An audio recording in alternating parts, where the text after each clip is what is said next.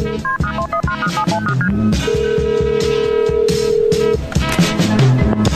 and welcome to the Mental Health Hotline. If you're delusional, press 7. Please try your call again later.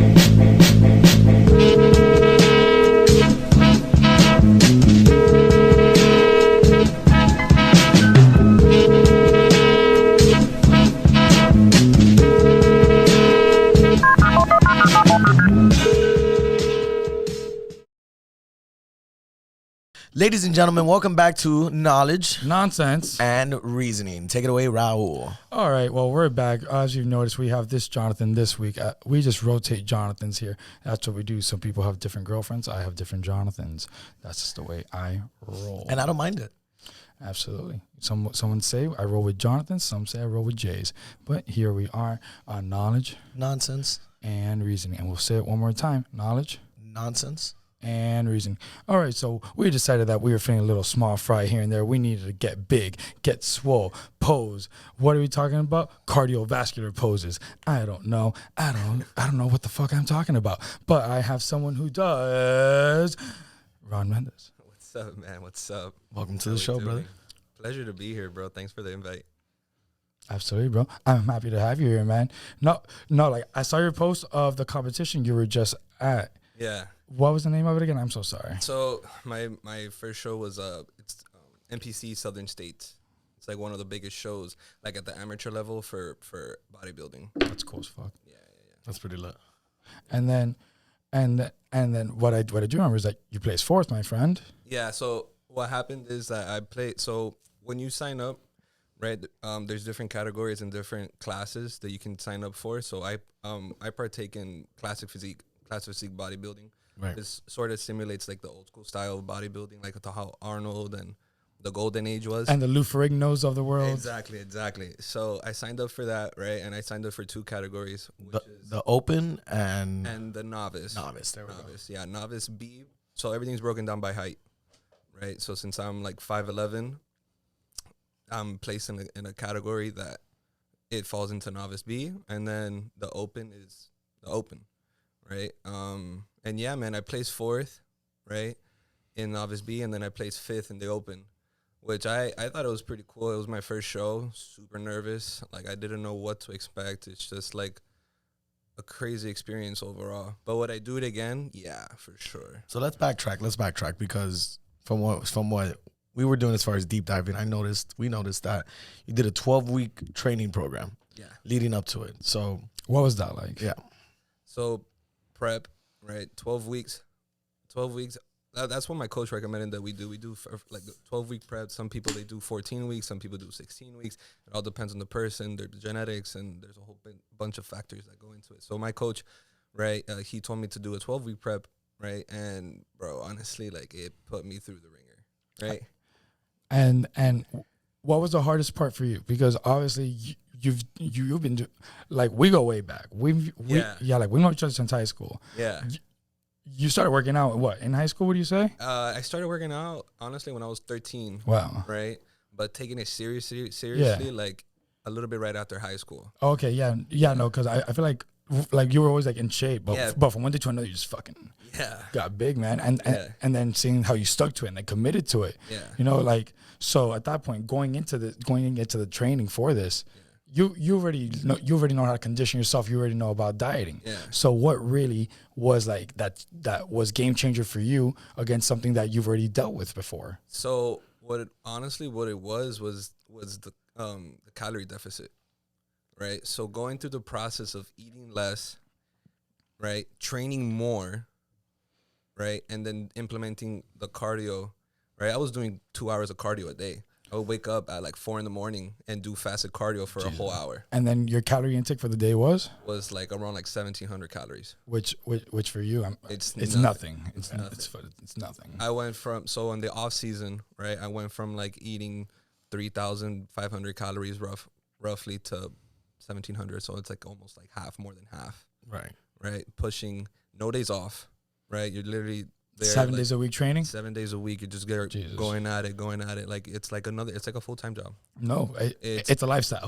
That's what it is. Exactly. Absolutely, man. And that's crazy, but that's a commitment. And then like what made you want to take that commitment? Because I've always that's what it is. Like you said, like I've always been known in high school as that dude that, you know, that trains, this and Yeah, that, was always yeah. in shape, you know, and the lifestyle just like caught me. I was never the type of dude that was like in the scene. You know, like I never you never cared for the nightlife. Never awesome. cared. Like I don't know, my mind is just different when it comes to that. That's you know? good though. You know, like it just doesn't appeal to me. You know, so I just know bodybuilding because at a very young age, my dad introduced me to bodybuilding, right? When I was, like I said, like roughly like 13, 14 years old, right? When I was 15, he was like, okay, like start training. Let's go to the gym. And then from there, the lifestyle just like ate me alive. And then, bro. But of all the lifestyles to be consumed by in Miami, I think that's the best fucking one, dude. Yeah. Come on, think about it. And like, there's so many different ways that paths that you're going, like specifically growing up in Miami. Yeah, man. Yeah, man. Like I'm from here. I was born and raised in the 305, but I feel like I'm not. You get me? Because it's like I hate to toot my own horn, but I'm very different. My mindset is very different from like the normal. Yeah. You know, so I've always like loved training. I've always loved, you know, but now that I'm actually like, so I've been taking bodybuilding seriously. I would say for maybe like a year. Wow. And then to be in competition and then to rank in the top 5. Yeah. You know, it's pretty. That's not a scoff at. You know, it's kind of crazy like how the journey is, because it's a type of thing that you think you know everything, but the moment that you do, like, you don't know shit. You don't know jack crap. You don't know shit about fuck as what we like to say here. Yeah.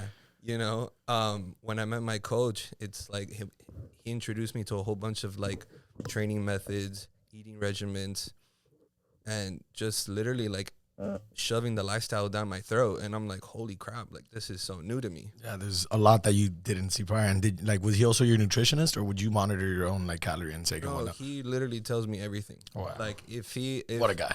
Yeah. No. Shout out to Coach Drew. Drew, if you're watching Shout out to Coach Drew. Yeah. Absolutely. Throw out his handle on Instagram. Throw it all out there. Irish Drew, right? Irish. Follow him. I like that. Yeah, he's Irish. Some tall, some like 6'2" tall Irish white dude. Wow. You know, the guy knows his stuff. That's awesome. That's lit. So yeah, he gives me my training split. He gives me my diet. He gives me everything, like what vitamins to take, what everything. Like, so if he doesn't say it, I don't do it. Wow. You get me? Like, it's that type of thing. Drew knows. You know, Coach Drew knows. We call him Uncle Drew. Uncle Drew. Uncle Drew. Uncle Drew knows. Yeah. So whatever he says, man, like I literally just do it, and I just don't pay attention to anything that anybody else says. So a 12-week process leading up to the first competition that you've ever done in your life. Yeah. Right. Let alone a 12-week process for any normal human being is already a commitment in itself. Yeah. But you took it a step ahead, and you were like, all right, I'm going to do this. Tunnel vision, get it done. And then I'm going to do this competition in two different categories, right? Yeah. So the mindset that you have to have, kudos to you, because not a lot of people could do that. I probably won't be able to do that, but that's a commitment, man. That's crazy. No, like they say, and it's not to like rag on other people, but it's not for everybody. No, it's not. It's really not. Like, look, like say like I worked out for about 9 years straight. Started when I was 15 till about when I was 24, and then once like all the gyms shut down last year. Honestly, like, like I said, all right, throw in the towel. No, that's it. Yeah, like going back, stopping, because like it was already something like, it's not that I didn't want to do it, just I wasn't as passionate as you are, obviously. Oh, dude, when quarantine happened, I made a gym at the house. Yeah, I made my own gym. Yeah, for sure. Like, and like most people don't have the same passion you have, which is why you excel. What you do. It's an addiction. Yeah, it's an addiction. No, but it's a mindset. You know? It's a lifestyle, dude. Yeah. Like. You put it best. It has to consume you. Yeah, it has to. And in that sense, like, it's so crazy to see someone like you so committed, so to it. Like, I'm here, like, damn, I gotta get back into it at some point, but I'll get around to it. You know, maybe like, one day. No, like it's not a if, it's a when, but we'll get there. Yeah, literally when COVID happened and all the gyms shut down. Granted, like I was going to the gym every now and then. He was going to the gym every now and then. I'm not gonna lie to you, I wasn't going to the gym, but in order to like kind of stay in shape. We got a basketball hoop, put it in front of my house, and we were just balling for hours. That kept us. I mean, granted, we both have 2 like torn MCLs for sure. our MCLs are done. For sure. I have that 80, like my knees are like 80-year-old with arthritis. Yeah, for sure. My shit's done. Crap. But it kept us in shape and throughout. Yeah, and just active. But then, but like straight up like that, like obviously I could have been back by now, but I just got so used to just not dieting after dieting for 9 years. And I'm sure that you can relate to that, which is something that like I admire. That commitment, because like that's a commitment that I'm personally not willing to make at this point. Right. So to see someone like so committed to it, and just it's fucking radical. We wanted you on here just to gas you up, bro. That's how it is. We just want to let you know that you're doing a great job, bro. Thanks, nah, man. bro, for sure. Man. For sure. Yeah, not like straight up. I was scrolling through your post and then I saw from your competition, I was like, why not? Like, why not? Like what an interesting conversation. I think it could be. No, it's insane. I'm an open book, bro. Ask me whatever you guys want. Yeah, like, bro. Go into detail about anything. And so now going into that, man, like the passion's there. Obviously, you're there. You're being like you have a team behind you. Obviously, Coach Drew. Shout out to Coach Drew again. I should show Drew. Absolutely. and now this was your first competition. Now, obviously, it seems like it went well. Now, do everything about the dangers of bodybuilding and all that, all the stories of all that. And then now going back to the team you have with you, do you think that helps? Obviously, you seem to have a good head on your shoulders, but we all need a team. You know what I'm saying? Yeah. And so seeing the team you have, do you think that relates to other people who probably don't have that same team, that maybe peers that you've seen just even training? Yeah. So first of all, shout out to Flex Appeal Miami. Shout out to Flex Appeal Miami, where champions are made. Yeah. So that's where I'm training. I'm blessed to have the people that I have. Before I went to Flex Appeal, I was pretty much doing it by myself. I was going training at a specific gym, very different mentality, very ghetto, very like, and I was being shown how to bodybuild, but looking back at it, it's like without structure, you would say? Without a structure. There you go. Perfect. Yeah. But then now when I went to Flex Appeal, right, just the doors were just opening. It's just the doors were just opening, and then like next thing you know, I start connecting, with people that are in the industry, right?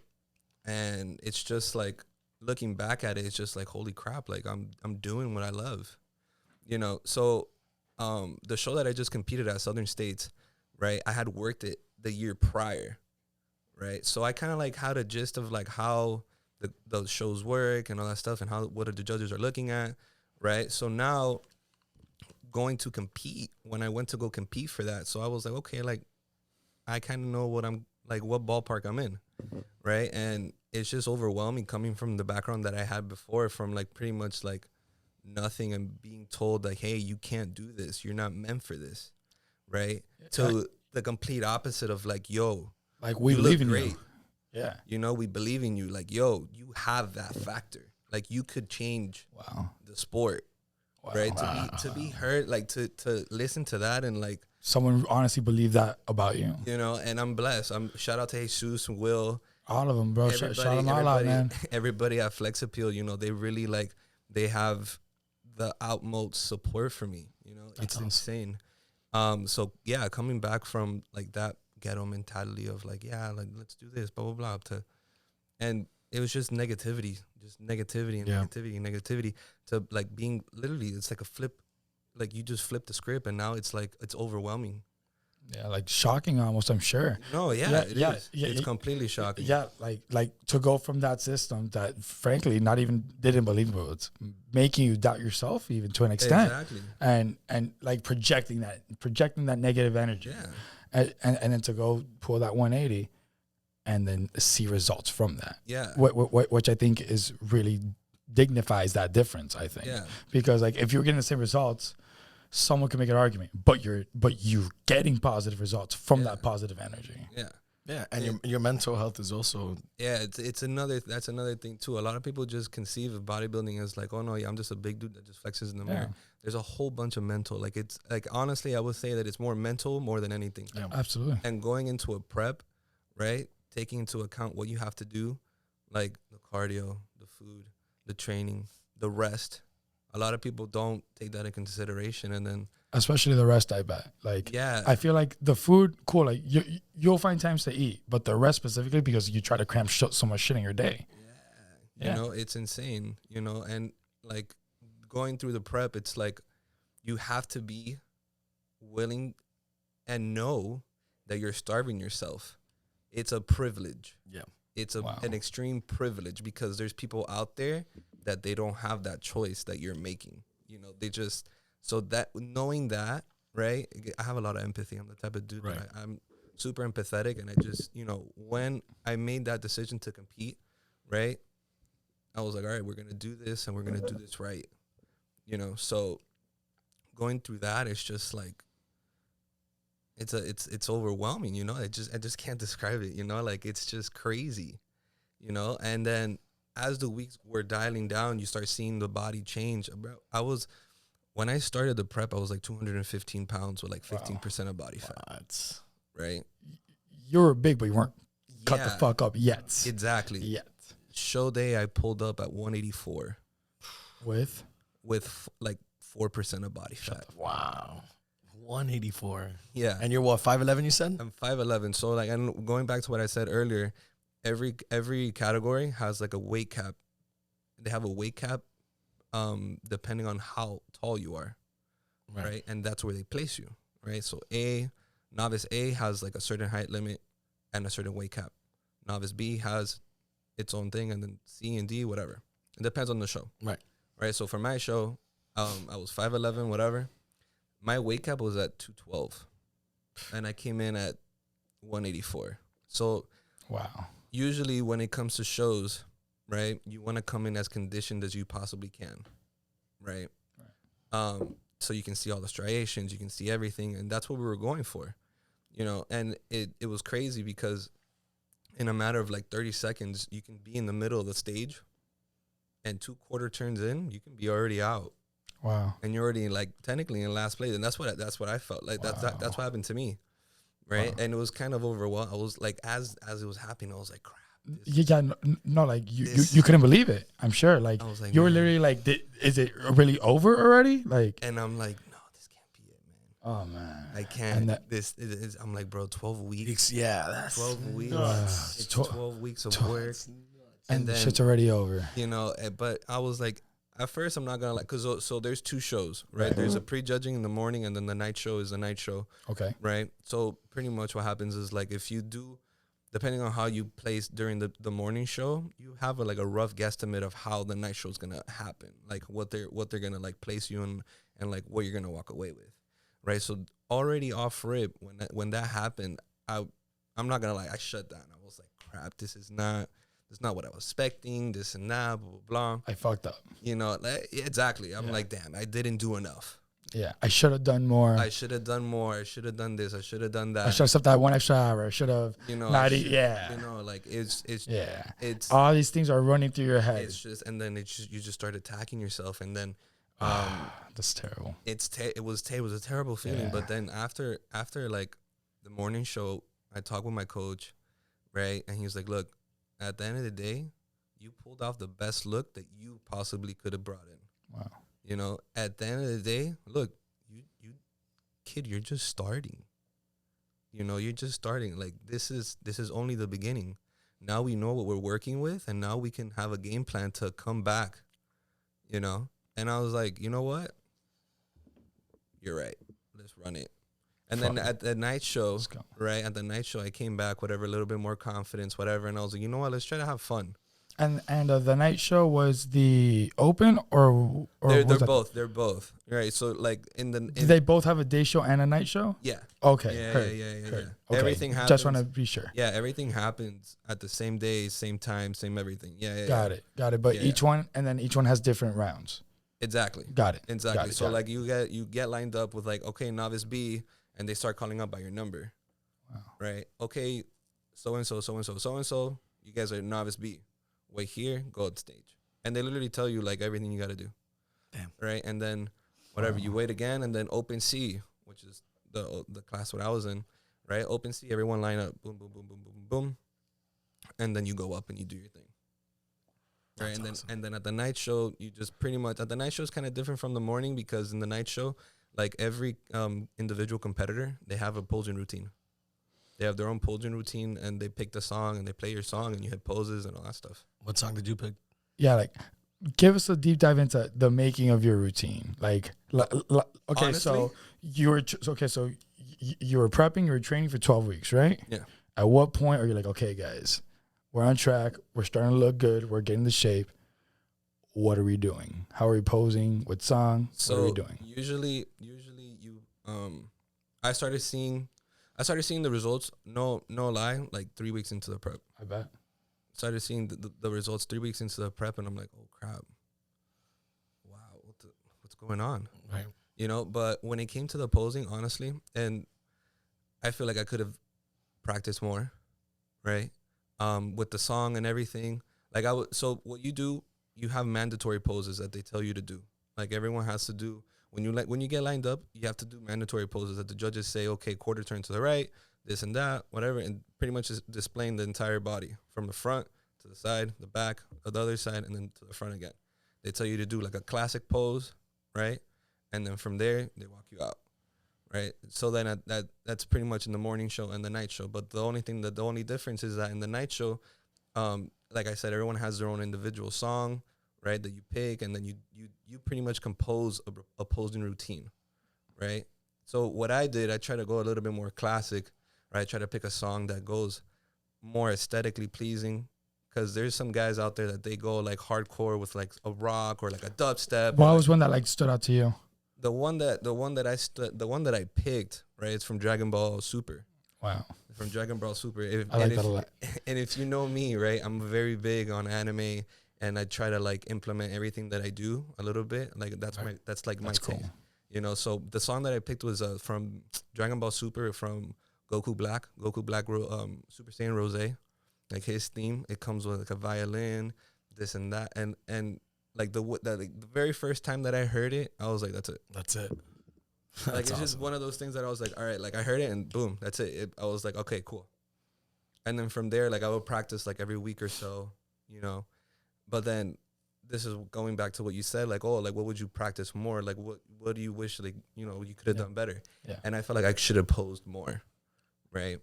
But with everything going on in my head, making sure that the meals were okay, that I got the training. You have a lot on your plate. Yeah, it's just it's literally like I wouldn't say it's too much, but it's overwhelming. Yeah, especially for your first time, and that's only natural. Yeah, exactly. And then, honestly, no bullshit. Like right before the show, 20 minutes before I rode out, I'm like, I think I should practice. Like, I just went like a couple weeks without practicing with the song. Wow. And honestly, I improvised it. And fuck, I'm there like, you know what? I'm there like scratching my head, and I'm like, what should I do? And then next thing you know, I'm there like I'm playing. I'm like kind of like hitting like the poses, boom, and then I'm like boom, and I'm like, yeah, you know what? I'll do this, and then I'll go ahead and I'll transition here, do this, and then go here and do this. Wow. And then I'm like, yeah, we'll go with that. Even right before I went on stage, when I'm pumping up, I'm like, okay, what are we gonna do? That's crazy. You know, that's crazy. You know, but that's something that I have to work on. You know, no, for sure. You know, for sure. It's one of those things, and there's a lot of things that I want to implement for my next show. And and you're only gonna learn more, and you're only gonna add things more to it. Yeah, like, exactly, bro. From here, we're just gonna go up. Yeah, like there's literally nowhere else to go. Yeah. And now, being on stage, you already had the song, you had your pose that you apparently just fuck it. We're moving on. We winged it. We winged it. We're there. You're there. People, everybody's watching. Eyes on you. Yeah. How did it feel up there? Did you feel confident? Did you feel secure? Did you feel did you feel like you grew in the moment, or did you feel like that moment almost captured you?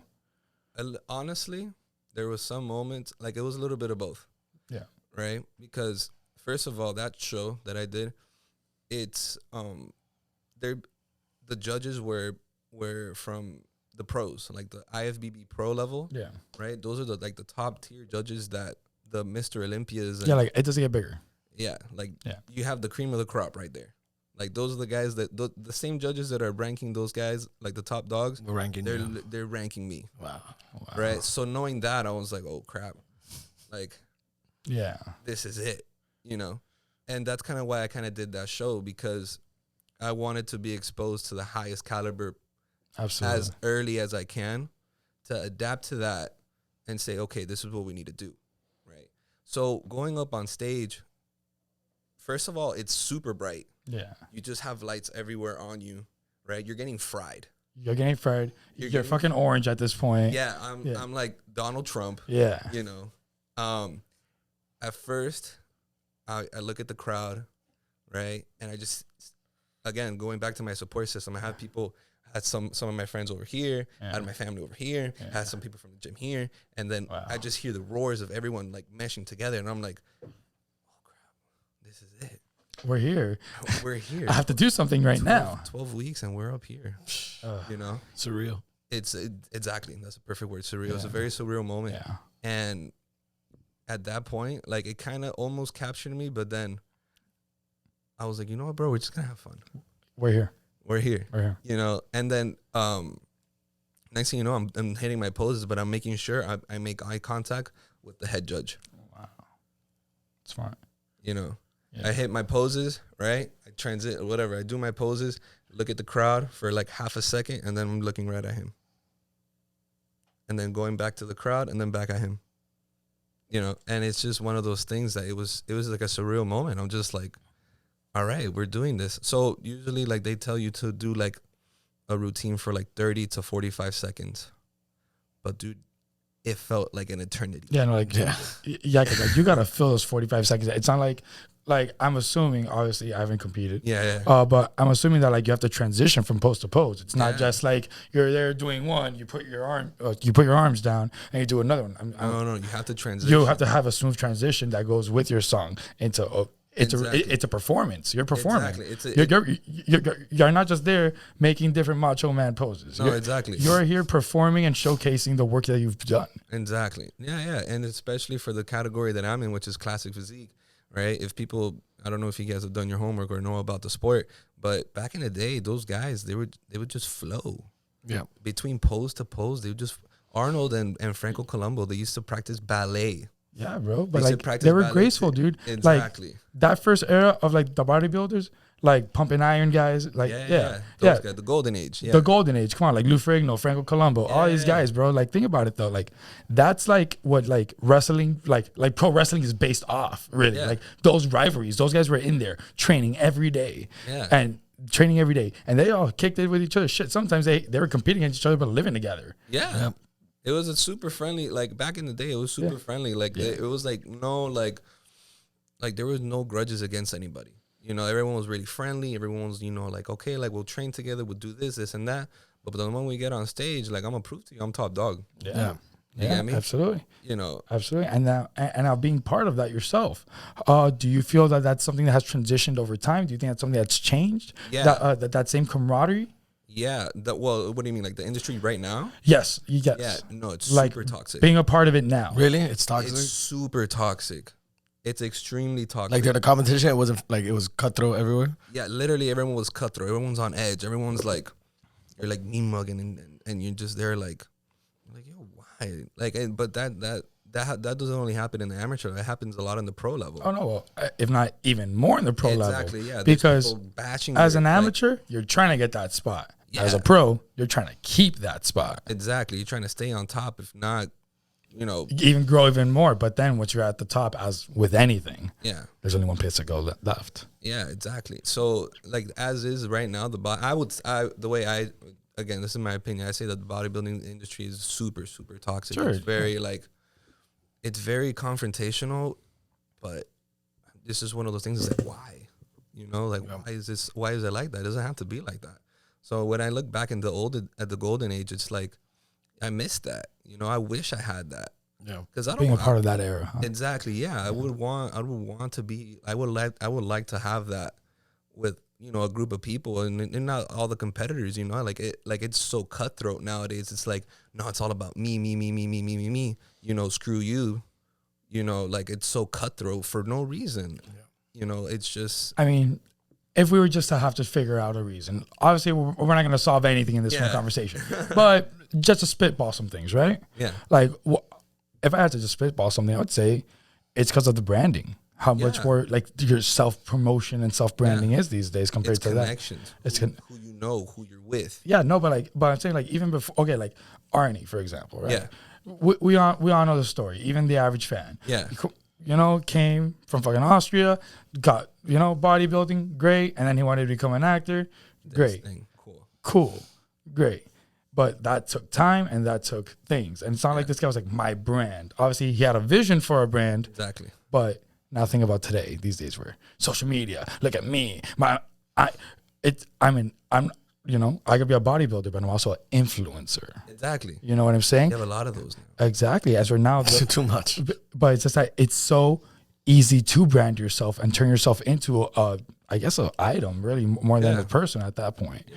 So it's like you could almost see how it cuts so cutthroat when you have everything so available to you to quote unquote succeed. Exactly. That you're almost blinded to other people. Exactly. And then like once you start getting that competition, you're like, I'm better than you for sure. And then you have all the hype coming in. Yeah. Because at that point you're crowdsourcing your self-esteem. You have everybody just hyping you up, sliding your DMs, all the fucking girls. Oh my God. Yeah, this dude is great. You know, and then people buy into that shit. It builds your ego, bro. Your head. And it's not just bodybuilding either. It's in any aspect, obviously. No, of course. But this happens to be the thing that we're talking about right now. No, exactly. Yeah.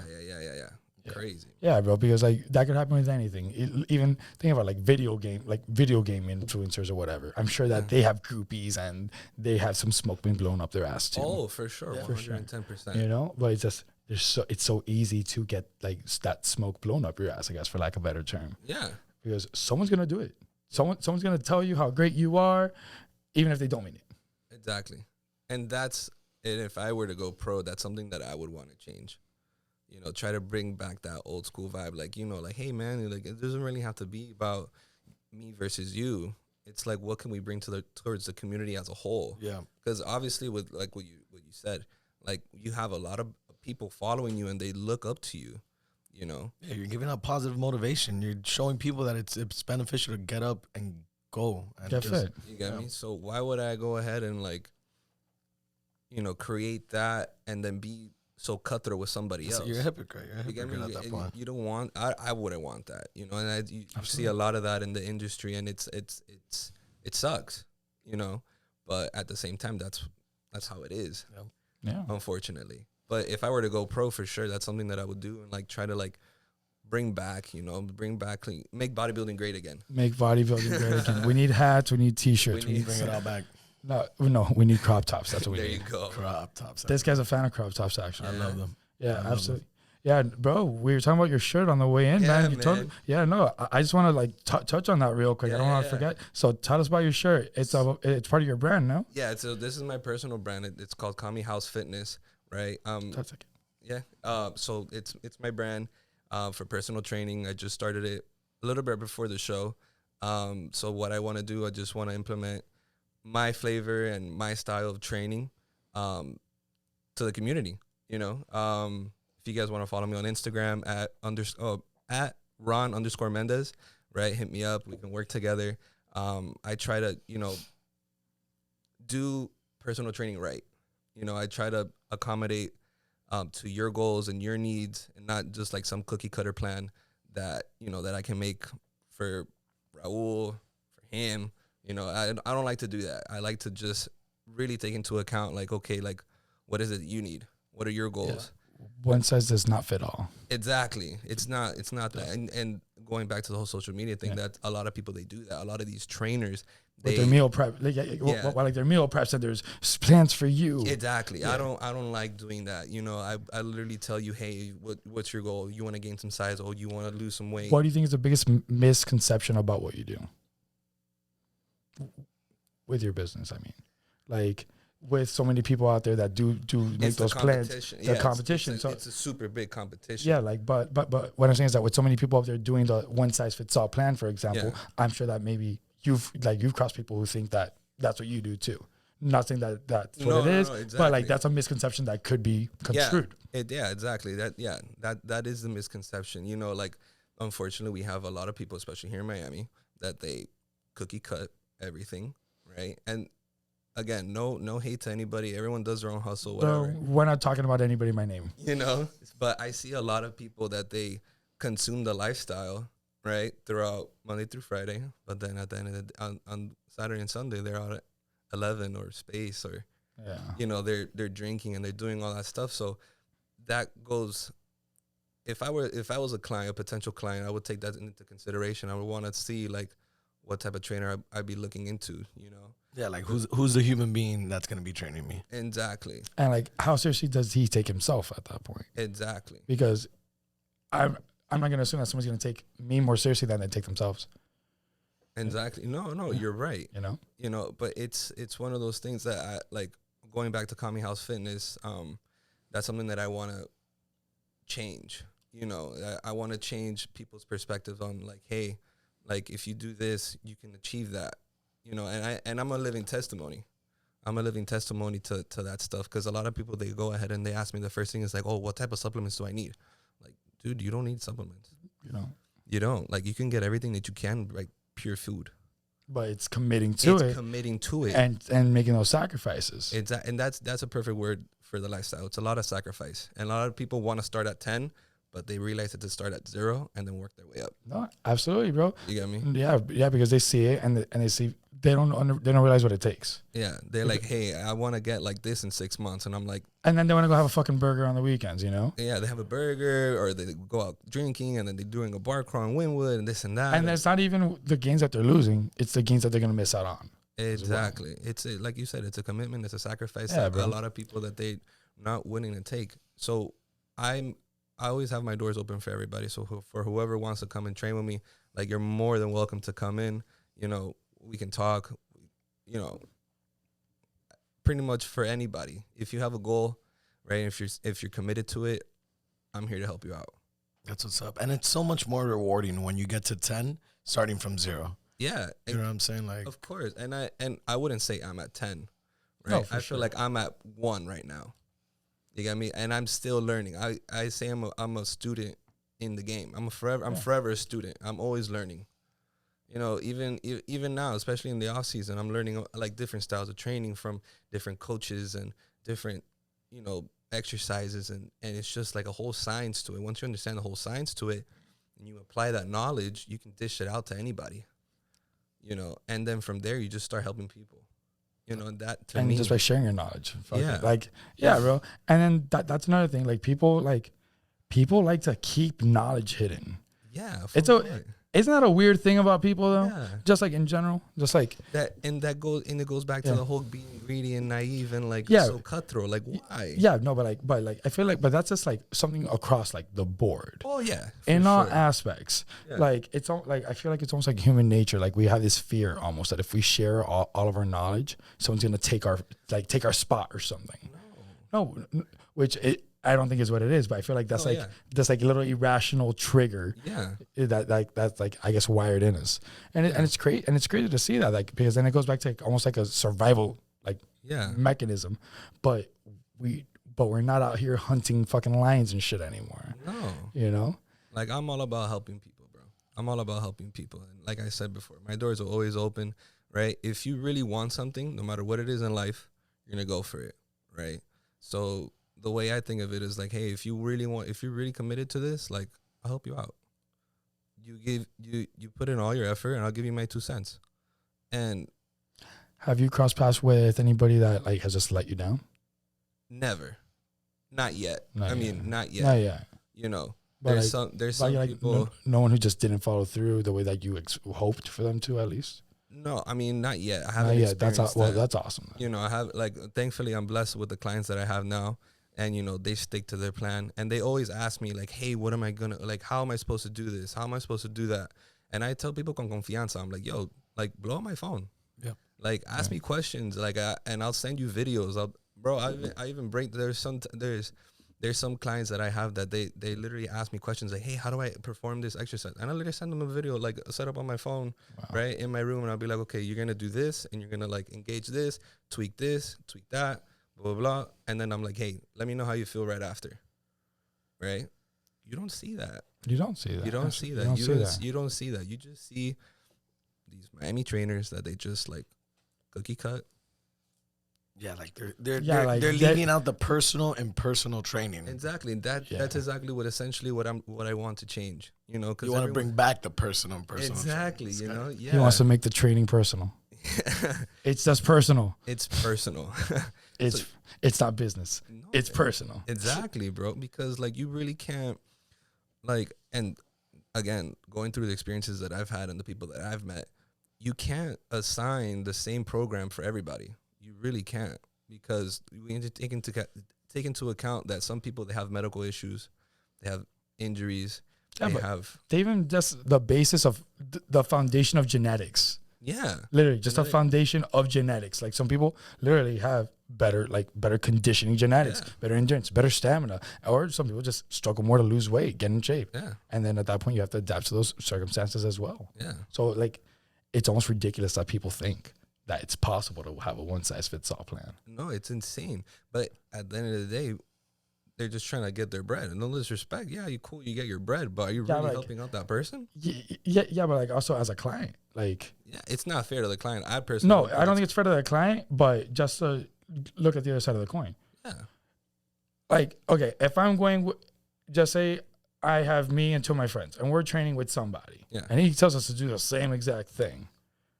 If I'm not questioning that on some level, like I'm not doing my research either. Exactly. Especially if one of us is trying to lose weight, one of us is trying to gain weight, and then I'm just trying to like be in shape. Exactly. You know what I'm saying? Everyone has different imbalances. Everyone has different muscle imbalances and different goals too. Exactly. And different goals. No, you have to take it into consideration. Yeah, but if I'm a client and I see that like my goals aren't being considered, I got to do better too, and not let myself not fall for this shit either. Exactly. No, you have to do your homework. Everyone has to do their homework. Like as a trainer, and as a client, as a client, you know, it's my responsibility to give you the best service. And remember, it's an investment too. Yeah, it's a big investment. No, and it's an investment in yourself. Yeah, it's a big investment. So if I'm gonna go ahead, if I'm a client and I'm gonna like contract you, I'm obviously gonna do my homework. I'm gonna say like, okay, what does this guy have to offer? You know, like what has he done? Like, what's he doing? Yeah, you get me. And yeah, bro. And then even then, like, even on a farther level, you don't like sometimes you don't know who the fuck you're talking to. Exactly. Yeah, dude. Like I'm sure that there are people that have become personal trainers with terrible intentions, or people don't even look like the part. That don't even look like the part. Unfortunately, I know a lot of people that they don't look the part, and they get frustrated because they don't have the clientele that they expecting. But my dude, come on, don't get mad. The only 6-pack you have is a 6-pack of Heineken's. The proof is in the pudding. The proof is in the pudding. You know, don't get mad, get better. Exactly. And the pudding is sour. Exactly. Super sour. Super. Why? Because he forgot to eat it, right? Yeah. But yeah, man. No, for sure. And I bet that you see some crazy shit. No, and that's why like you go to like, you know, like a bodybuilding gym, like you work out with like those type, like imagine like I'm not gonna name any corporations, but you know what I'm saying. Those your local gyms, your smaller rinky dinky corporate gyms. There you go. You know what I'm saying? Yeah. That might give you pizza. I don't know. So or like, a donut. You know what I'm saying? Like imagine like that's crazy. Like and also we don't have bench presses. So but imagine those personal trainers. No, exactly. Like you probably have some fucking jabronis there. Yeah, dude. Over at my place, we have a lot of meatheads. Yeah, I'm sure, you know? Bro. I'm sure, I'm sure that like if I walked in there, they'll be like, "Yo, someone forgot their French fry over here." You'd be surprised. There's a lot of like newer folks and a lot of kids that they're trying to get into it. And then, how supportive do you think that the meathead crowd, well, for lack of a better term, crowd is? In being receptive towards all these new people, because I'm sure that could be intimidating to these new people as well. Of course, I was one of those kids. Yeah, and then now being on both sides, how do you view that? So, I mean, how would I? So coming from the perspective that I was the new person, kid. Being that skinny kid, to now being one of them, side, being of it, like, how do you view that perception? And then I'm sure you've seen a bunch of people come and go. Yeah. So like sticking through that, I guess. Yeah. So when I see a new kid like that, like it, for me personally, it inspires me to like give him a better path, you know, because I remember being at that kid's age, right? And him, like seeing him start out, like makes me remind myself about me when I started, right? You know, and I wish I had somebody like that, you know. I was taught a lot, you know, but looking back, it was just like a lot of the wrong stuff. Right. You know, so now being on the flip side of like having more experience, right, and seeing that kid come in for the first time, I want to be able to help that kid, you know, and give him that push that he needs. Sometimes people just need a little push, you know, and you know, it's frustrating at first because you look at that kid in the gym and he's like doing stuff incorrectly, and then hearing the other meathead saying like, "Yo, te comiendo no sabe what he's doing." Yeah. You get me? And like sometimes I'm like, yeah, but no one's trying to help him either. You get me? Yeah. And then sometimes I get inspired to even help the kid. Yeah. Like I have a lot of kids. There's a lot of kids that I just spit knowledge to. Yeah, I'm sure. Like some guys just walk up to me and say like, "Hey, do you mind if you give me a spot?" Or, "Hey, man, like, do you think you can help me out like with the training program?" Or, "Hey, man, what do you think I should start eating?" And it blows my mind because number one, you picked me, right? Out of all the people, you picked me, and it's an overwhelming feeling. But then when I start giving that knowledge, it reminds me of me being that kid, asking the same questions all those years ago. You get me? And I'm just like, crap, like everything went full circle. Yeah, it's as it usually does, bro. That's life. Everything went full circle. And then when I next thing I know, I'm giving them like a half-hour talk of like how to train and like, you know, give them like a little push, like I said before. And then they start doing it and they start being a little bit more motivated, and you start seeing them frequently more in the gym.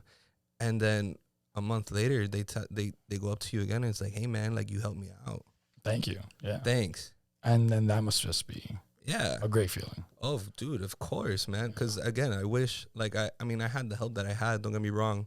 Never forget your roots. No, but like everybody has help. But that's the thing about recognizing that, passing on, passing the torch. It goes back to what we spoke about, bro.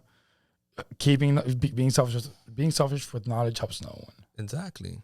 And bro, and you sense that, dude. Like, bro, come on, like you people have a vibe for people. Yeah. You know when someone's gonna fucking laugh at you if you ask them a question. Yeah. And frankly, you don't give off that vibe.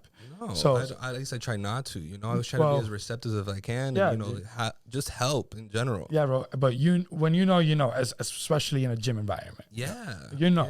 Yeah, bro. So I'm sure that those kids sense that and they're like, hey, like I'm sure that they're fucking quaking.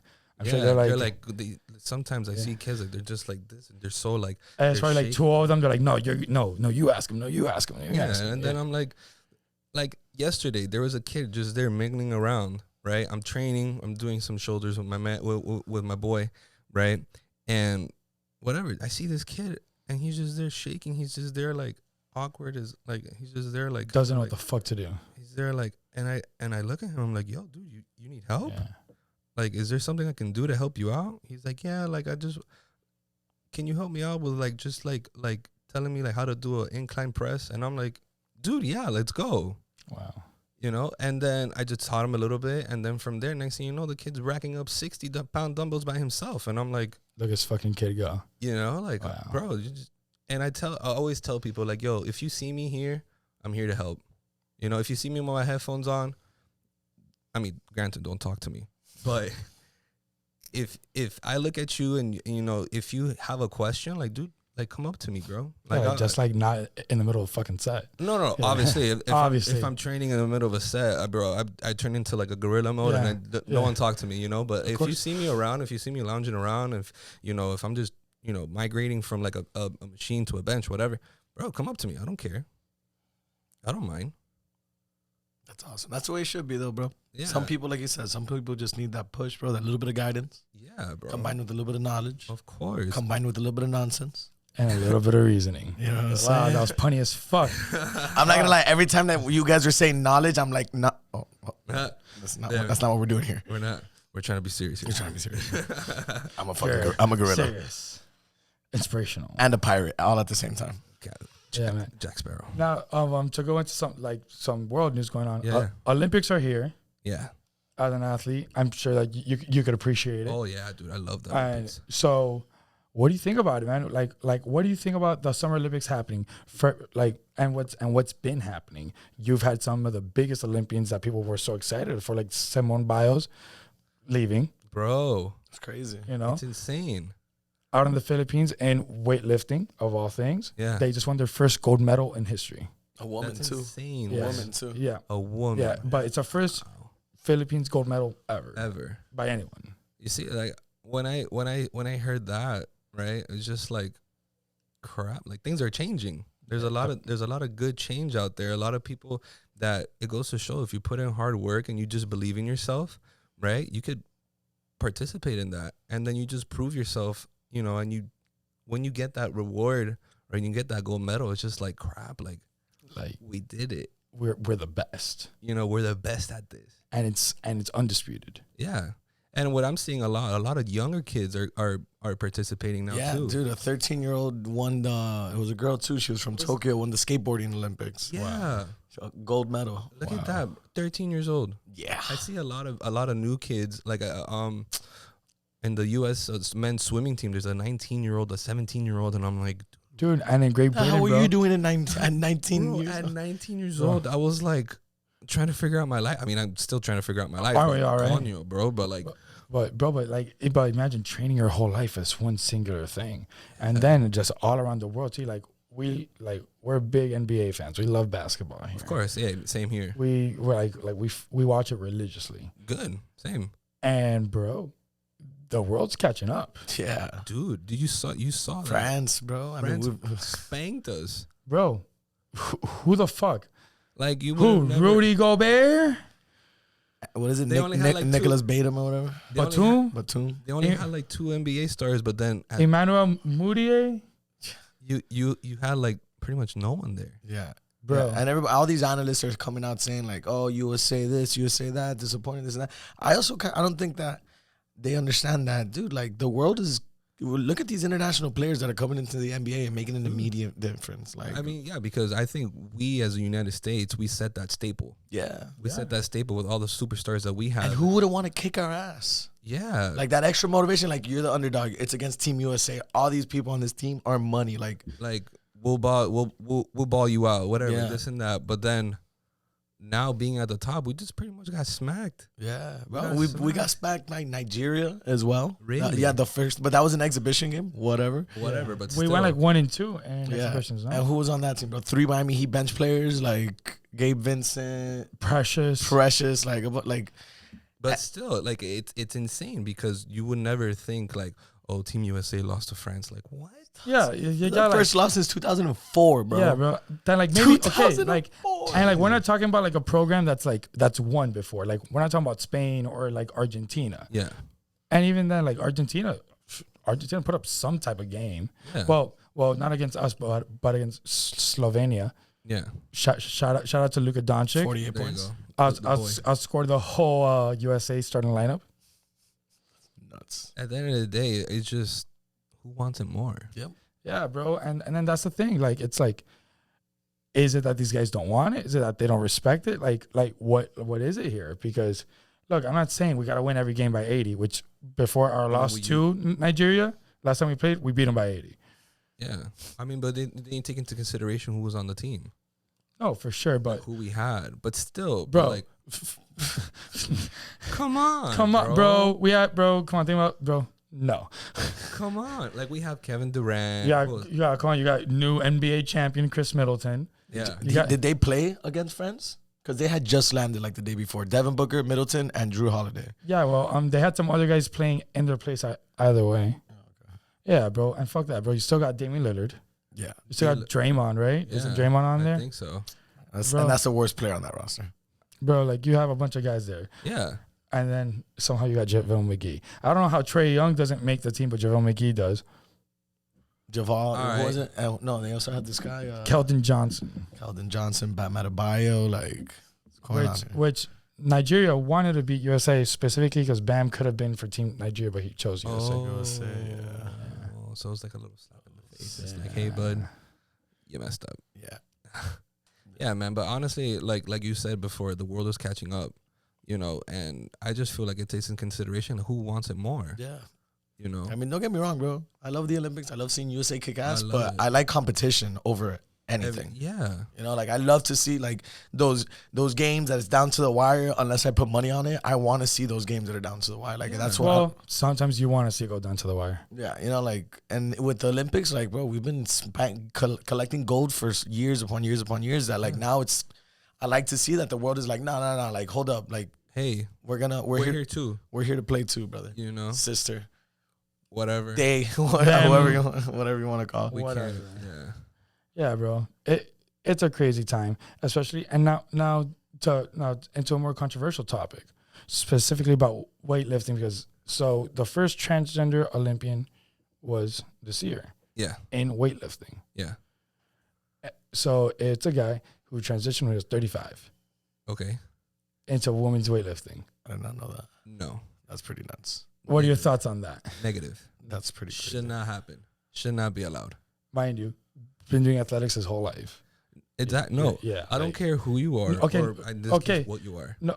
Yeah. Right. Who you want to be. Who you want to be. There we Who go. you want to be. There you go. But bro, shut the fuck up. Come Do on, what you dude. want. Like, yeah, like you could sit here and tell me that, man, women, like, dude, men and testosterone, the way that they're like genetically like made. We're genetically different from Yeah. Yeah, no, but dude. but especially, bro, so late in life. Yeah. Yeah. Like if it was earlier, whatever, 12, 13, I mean, whatever, but even okay. then, that's a whole controversial thing That's, unto that's itself. another. Yeah. Yeah, that's another. That's a you whole- can't, you we can't convert that. Yeah. Yeah. But still, like going mainly back to the topic of like, okay, I'm gonna go ahead and do this at such a late age, whatever, and I'm gonna go ahead and pretty much blow everyone out of the water. No, because that's what's happening. That's literally what happened. No, that's What country? What country? No, it bro. was- I I want think- to say it's New Zealand. Was it New Zealand? Yeah, think I it want to was. say it is. Yeah, it was. I think it was. I think it was a New Zealand athlete Yeah. that did that, whatever, and then broke all the records for women's weightlifting. Like, dude, no shit. You get me? Like, Come on. what do you think was gonna happen here? No, I don't. I personally don't think that should have flown. I don't think Look, that should have If happened. we were gonna let it fly, I think that then there should have been 2 first places.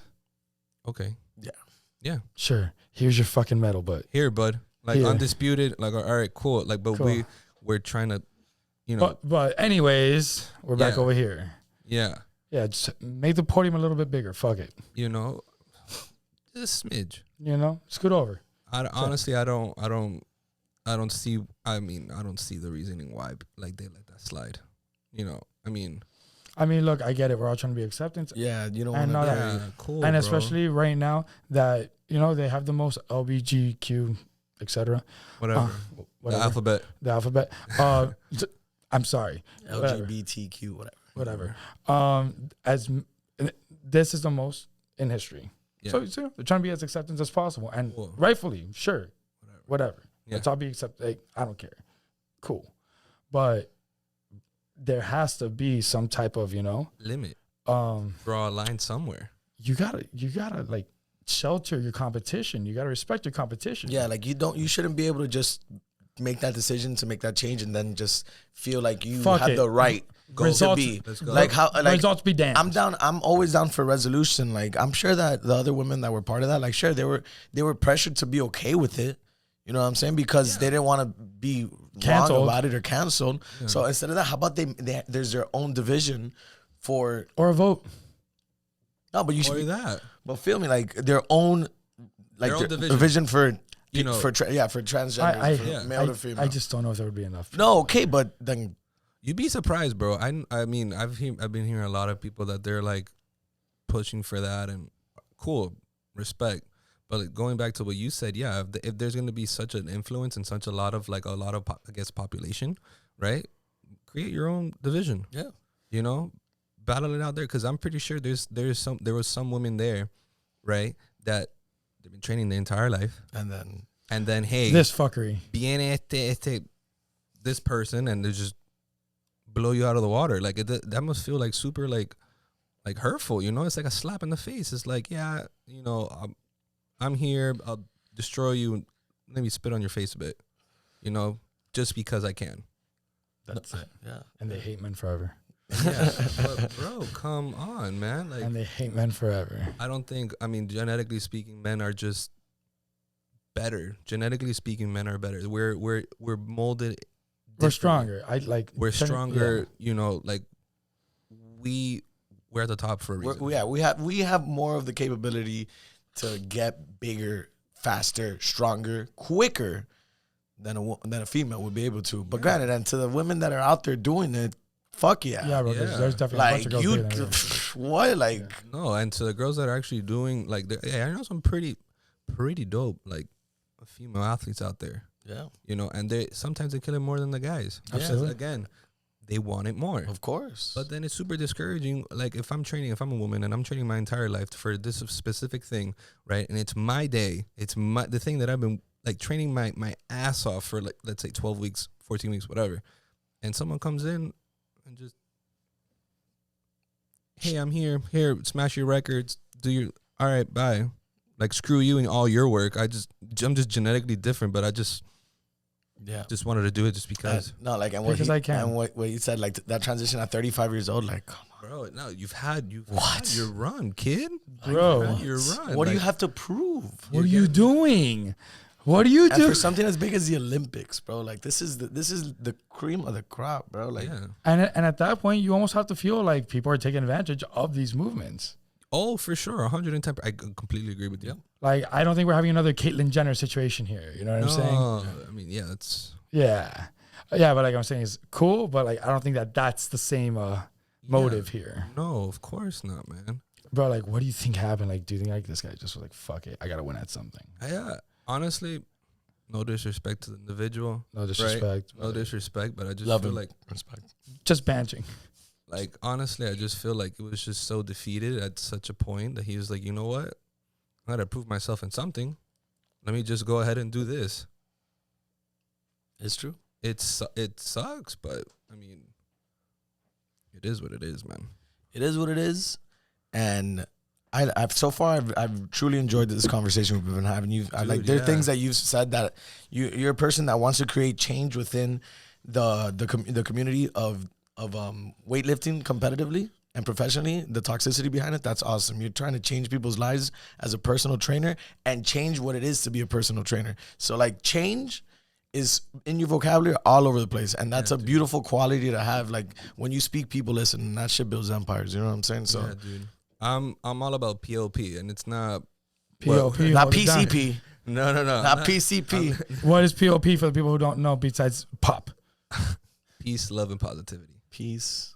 Peace, love, and positivity. I'm all about that. Like, if you guys follow me on Instagram, I at least throw like a quote every morning, right? And I throw the peace emoji, the heart, and then the positive sign. That's awesome. I always try to implement that, you know. Sometimes I get people replying me, "Oh man, that's really badass. Like, yo, thank you for that. I needed that." You know, and that little change, like, just meant, especially in the morning, like, you're just there, whatever. And if you see something different and you know, it changes your day and it makes your day better, knowing that I did that for you, yeah, that's awesome. Yeah. No, when I'm gonna get out of here, I'm gonna get it tattooed right here. So like, yeah. do you read anything? I feel like you read a lot. I actually started reading now. Yeah? I actually started reading. That's one of the things that, so something about me, I've always compared I'm my own biggest critic, right? So I'm always criticizing myself. I'm like, hey, how can I improve?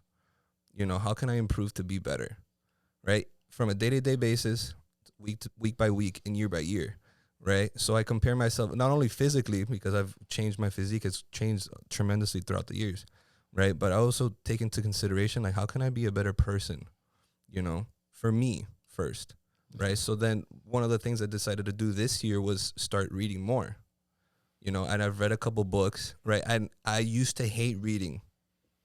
Bro, you never catch me reading a book, bro, especially in high school. Yeah, right. They would try to shove shit down your throat. Yeah, bro, but that's why though. But you just hit it on the head.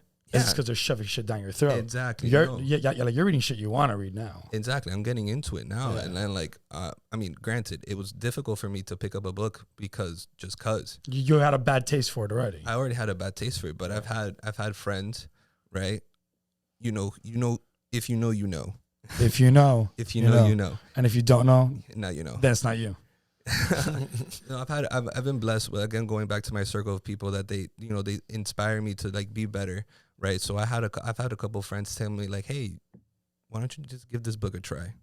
Whether it be about, and it's about not just about like personal growth or, you know, psychology or whatever. Like it's also like financing, right? It's all about like I read books about money, financial education, psychology, self-improvement. I'm trying to like expand my knowledge, you know, and I've been applying the stuff that I've been reading, and it feels good. You know, I actually feel like, bro, it's not sometimes somebody, I think it was my mom. Shout out to you, mom. Mama. Mama. she I think she told me, it was like, hey, sometimes it's not all about what's outside. It's, you have to work out your brain too. Yeah. You know, and then when I heard that, I was like, crap, no, you're right. So, and then going back to like me and how I am, I'm like, how can I improve? So I started picking up books. Right now I'm reading a book, the 12 Powers of Life, 12 Powers of Life, right? It's a psychology book, and it's 12 chapters, but I'm taking my time to read it because I want to be able to digest as much as I can because it's such a good book, right? I want to be able to apply every single rule. I mean, granted, they give you rules for like when you have kids and, you know, there's certain stuff that I can't apply now, but if I digest it more, I can apply that later on in life. Absolutely. You get me? Absolutely. And you can't create change or help people if you're being if you're a shithead. Yeah. You know, or Yeah, if you're not willing to open yourself up to intaking knowledge and digesting what you're intaking. Exactly. And I think going back to that, like touching up on that, a lot of people are they're just comfortable. Yeah, absolutely. They're like, comfortable. They're very complacent. They're very comfortable with with the pattern of things and they're just like, whatever, cool. I ride the wave. But me, right? And it's slapping me in the face right now, like with my lifestyle and all that stuff. I have to be uncomfortable. No, I have to be comfortable with the uncomfortable. Yeah. You know, and that goes for pretty much bodybuilding, for life. Life, yeah, all of it. Everything, the whole nine.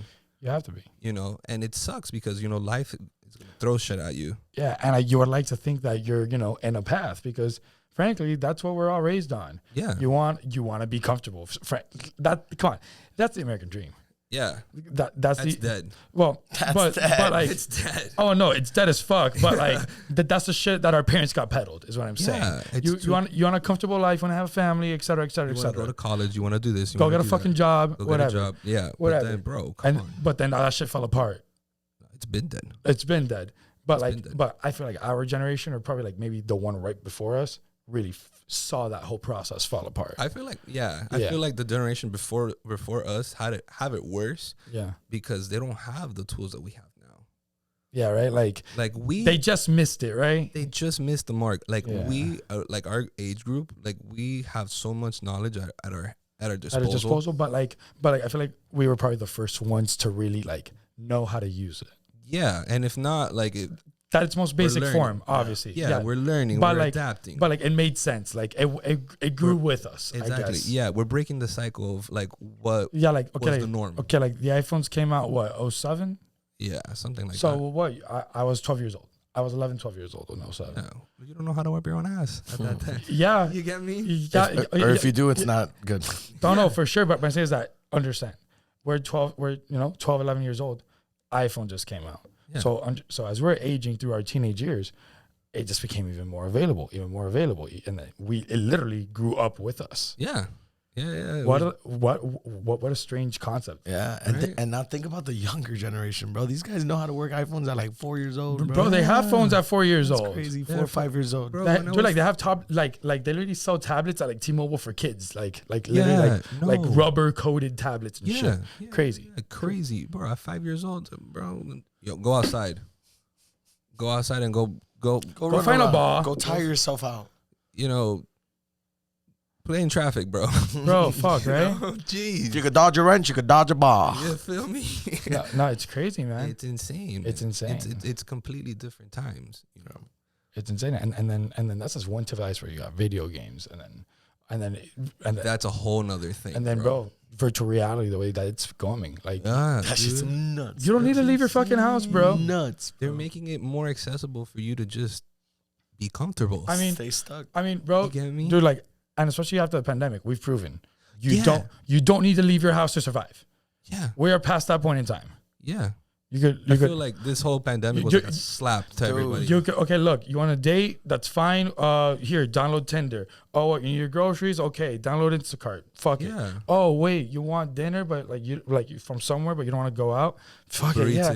Uber Eats it. Don't sweat it. Yeah. Movies, bro. There's over 100 different streaming services. Yeah. If not 1,000, thousands. And through the pandemic, like, dude, like no doctor came out and said, yo, go outside and run Eat around. your Wheaties, go, take some go, vitamins. like, you know, like say your prayers. no, you know? everybody was like, take your medicine, take this, take that. No. The vaccine comes out, go straight for the vaccine. No, but no one talked about working out, what the power of the sun, how your body generates HSP, its own natural protein through working out outside. Like, dude, like that shit grinded my gears, bro. And I went on, I was weighing at 210 at the beginning of quarantine. And it's not 6 months. I probably lost like 60, almost 70 pounds, bro. Like I came down. Jeez. Yeah, I was super. We leaned out hard as fuck. Yeah, we were. Because like I did some cardio, but like mostly it was just like maintenance and just like, you know, like I always Just say, to be- like I was in shape. I had like I was toned up. I was chilling, and then, but like I liked weightlifting. Like I specifically liked to weightlift. Yeah, of course. You know, like, and then cool, like I'll do like calisthenics, you know, push-ups, whatever. Yeah. But I wasn't as. Yeah, I got into what is it called? Insanity. Insanity workouts. Yeah. But see, at that point, I wasn't as invested. Yeah. I was doing Insanity, and then I was doing it in my garage, so no AC.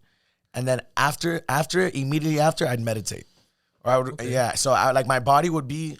Super amped. Yeah, super oxygen is flowing everywhere, and it would be some of the like deepest meditations where it would be like, all right, let's go. I'm done. Let's go eat, chill, and then I'm gonna go do this again in a couple hours. I'm gonna go run 2-3 miles around. And then we'll play basketball for hours. And then we'll go play basketball for like 3-4 hours, just me and him. Probably like middle of the day, like yeah. prime time sun. You see, but that's the thing. You guys had a different mindset. Yeah. Whereas other people, like pretty much the entire world was like, hey, you know what? Fuck it. This is my time to let it go. I'm getting paid by the government. You can't see me. Chill. My time is now. Bro, when everything started opening back up and I went back to work, bro, like a lot of the people that I saw, bro, they were fat. Like a lot of people were overweight, like breathing hard everywhere. I could hear everybody breathe in the room. Like, dude, what's wrong? I'm just walking around like, bro, dude, what the hell? You know what I mean? Like, bro, I get it. Stay home, whatever. But bro, take care of yourself, man. Yeah, bro. But take care of yourself, bro. But that's the thing, dude. People don't value themselves. People don't value their bodies. They value their material things, their finances, their, you know, the things they use to impress other people, and the things. And bro, fuck it. Let's go even deeper. Literally, like there's no. Fuck it. Let's go even deeper, bro. People treasure more the things that they use to escape themselves than themselves. 100%. Yeah, 100%. I'll commit to that statement. Yeah, starting now.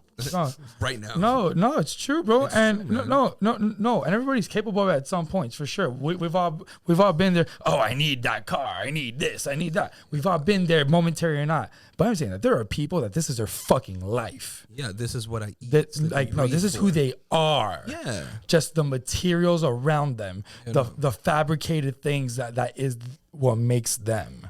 Yeah. And that's such a fucking crazy thing to me. Yeah, dude. Because like you don't need to enslave people. You already did. Yeah. You already did. You look, bro. Look. Like we live in the age of knowledge, man. Like it's like wars. We don't need fucking bullets. Well, you know what you need? A fucking computer. Yeah. That's all you need. That's all you need. Go. Oh. What? You want to go fly and start a war somewhere? That's silly. You're silly. What you're gonna go do is you're gonna go make a virus and you're gonna go hack some government branch. Okay, come on, bro. Like, and then people are still here thinking about we gotta militarize. Fuck, bro. Like, we need to adapt with the times. But what do we all care about? Gotta get the new streaming service. Oh shit. Gotta go get the new LeBron Space Jam edition. Suck my cock. Oh my god. Come on, dude. Like. It's so fucking crazy. Come on, bro. Like people's priorities are not straight. Bro, people's priorities are watching fucking Jeff Bezos go into outer space. And we're in Miami, bro. Like the most like superficial fucking human beings out there, straight bro. Up, man. Like it's very like going back to what I said before. I'm from Miami, but I don't feel like I'm from here, bro. Yeah, bro. And then going into your field. You probably deal with some of the cream of the crop when it comes to superficial. The Miamians of Miami. Like when it comes to what, like the trainers and stuff? No, not even trainers, just in competitions, training in general. Even like you just working out and the people around you at times, I'm sure. Yeah, of course. You know what I'm saying? Like you probably see like an extremity of that, because think about it, we're talking about physical specimens at that point. Like you guys are fucking testosterone to the max, fucking to the max, and like and sure, obviously people are clean. But there are people that are not. No, of course. And that's man. so now imagine throw that in there, then all the stress and all that. Yeah, dude. Like you almost think how could it not be volatile? Yeah, at times. it's so hostile, and like sometimes I walk into gyms and I'm like, I don't want to be here. Like that guy gives me like really bad. Oh yeah, City. How many sets you got left, man? Like, Yo, chill the fuck out. No, bro. What I hated was, hey, bro, can I jump in? I'm like, yeah, sure, whatever, great. Oh, but it's me and 3 of my boys. Oh, no, bro. Why the fuck are you working out with 4 people? No. Bro, Well, exactly. That's who the root of fuck? evil. What are you Bro, like? By the right time there. that you go around to what work fucking out, Boy like, Scout troop are you a part of, dude? Straight up, man. Nah, bro. Like, I'm the type of guy. Hey, I've gotten better at it. Right. I used to be that guy, like super sociable, but whatever. Blah blah blah. I'm a social fucking butterfly. Yeah. I like to talk. I like to mingle people. we couldn't tell. You know, I like to talk. I like to help people. Whatever. Cool. But it got to a point where my coach Drew, he was like, "Yo, Like, shut the fuck up for a little bit. You gotta do your shit, man. Nah. Remember, when you walking through those doors, bro, this is your job. You have a goal, right? You want to be at the top. Do you think the top guy was eating shit? Do you think the top guy was like being social butterfly? Do you think he gave like 2 rat's asses of what so-and-so was saying, and then they had a conversation and you decided to jump? Dude, you're here to work, bro. Yeah. So do me a favor, right? And let's get to work. tunnel vision, baby. Hey, but you gotta hear it. You know, gotta hear it sometimes. I'd rather hear it like that, Bro. than, You gotta hear it, bro. No, dude, and that's another thing. People don't appreciate people like that enough. No, dude, I literally Everybody gets so hurt when they hear the truth. no, man. You gotta I'd hear rather it. you tell me the truth straight up, And it's gonna like, better me, and it's a good intention. Yeah, You know, because like, dude, I would rather listen to an honest, hard truth than a fucking lie. That's just nothing's gonna get fixed or resolved here. exactly. And then since then, I've gotten better at it. You know, I'm telling you guys, my coach is on my ass all the time. But that's awesome. But that's how it should be, dude. You know, That's what a coach is for, to inspire, and motivate. during the prep, he'll text me at 5 a.m. How much you weighing? Good morning, my dude. You know, like, okay, weigh myself. Hey, how does your back looking? How's this? How's that? How are you feeling? You know, tell me what's wrong with you. You know, give me feedback. Tell me what's up. First of all, I never had that. I never had someone there like on my corner, like saying, hey, you know, what's up with you? I've always been the dude that like I was always around people that didn't give a crap. They were just like, all right, cool, like Junior's here, all right, whatever. You know? I guess it's quiet today. You know, all Whatever. right, cool. Oh, he's being a little bitch today. You know, so coming from that background to what I'm To a real supposed to now, support system. it's like holy crap, like Yeah, bro. Like it's almost like hallelujah, like You get me? fucking bro. Yeah, But then like it's good because you know you need another set of eyes. bro, you gotta hear it. Like like you need someone that Yeah. that has your interest in them. Obviously, it's gonna suck at times, and it's not what you want to hear. But fuck it, it's what you need to hear. Exactly, and honestly, like if it's not, again, like what I said before, if it's not from him, I don't give a shit who it is. Yeah, exactly. You know, I don't Because that's care. someone that you respect, and you also know Yeah. has your interest in mind. You know, I respect the crap out of my coach. You know, because he's been there for me since day one, and That's awesome. you know, he told me something I never heard before, and it's like, you have potential. Nice. And how did you guys like come to meet? Yeah. So my girlfriend, right? She put us together. She was the one that helped me out. She was the one that got me into the gym. She was the one that pretty much opened up all those doors for me. Wow.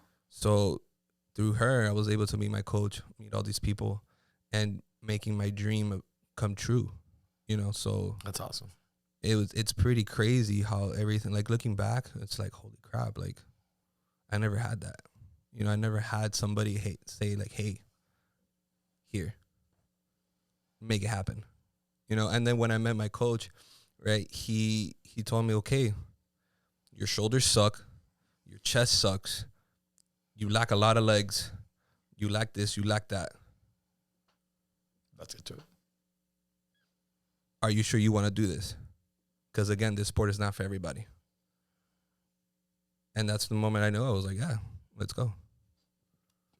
And he was with it. Let's do it.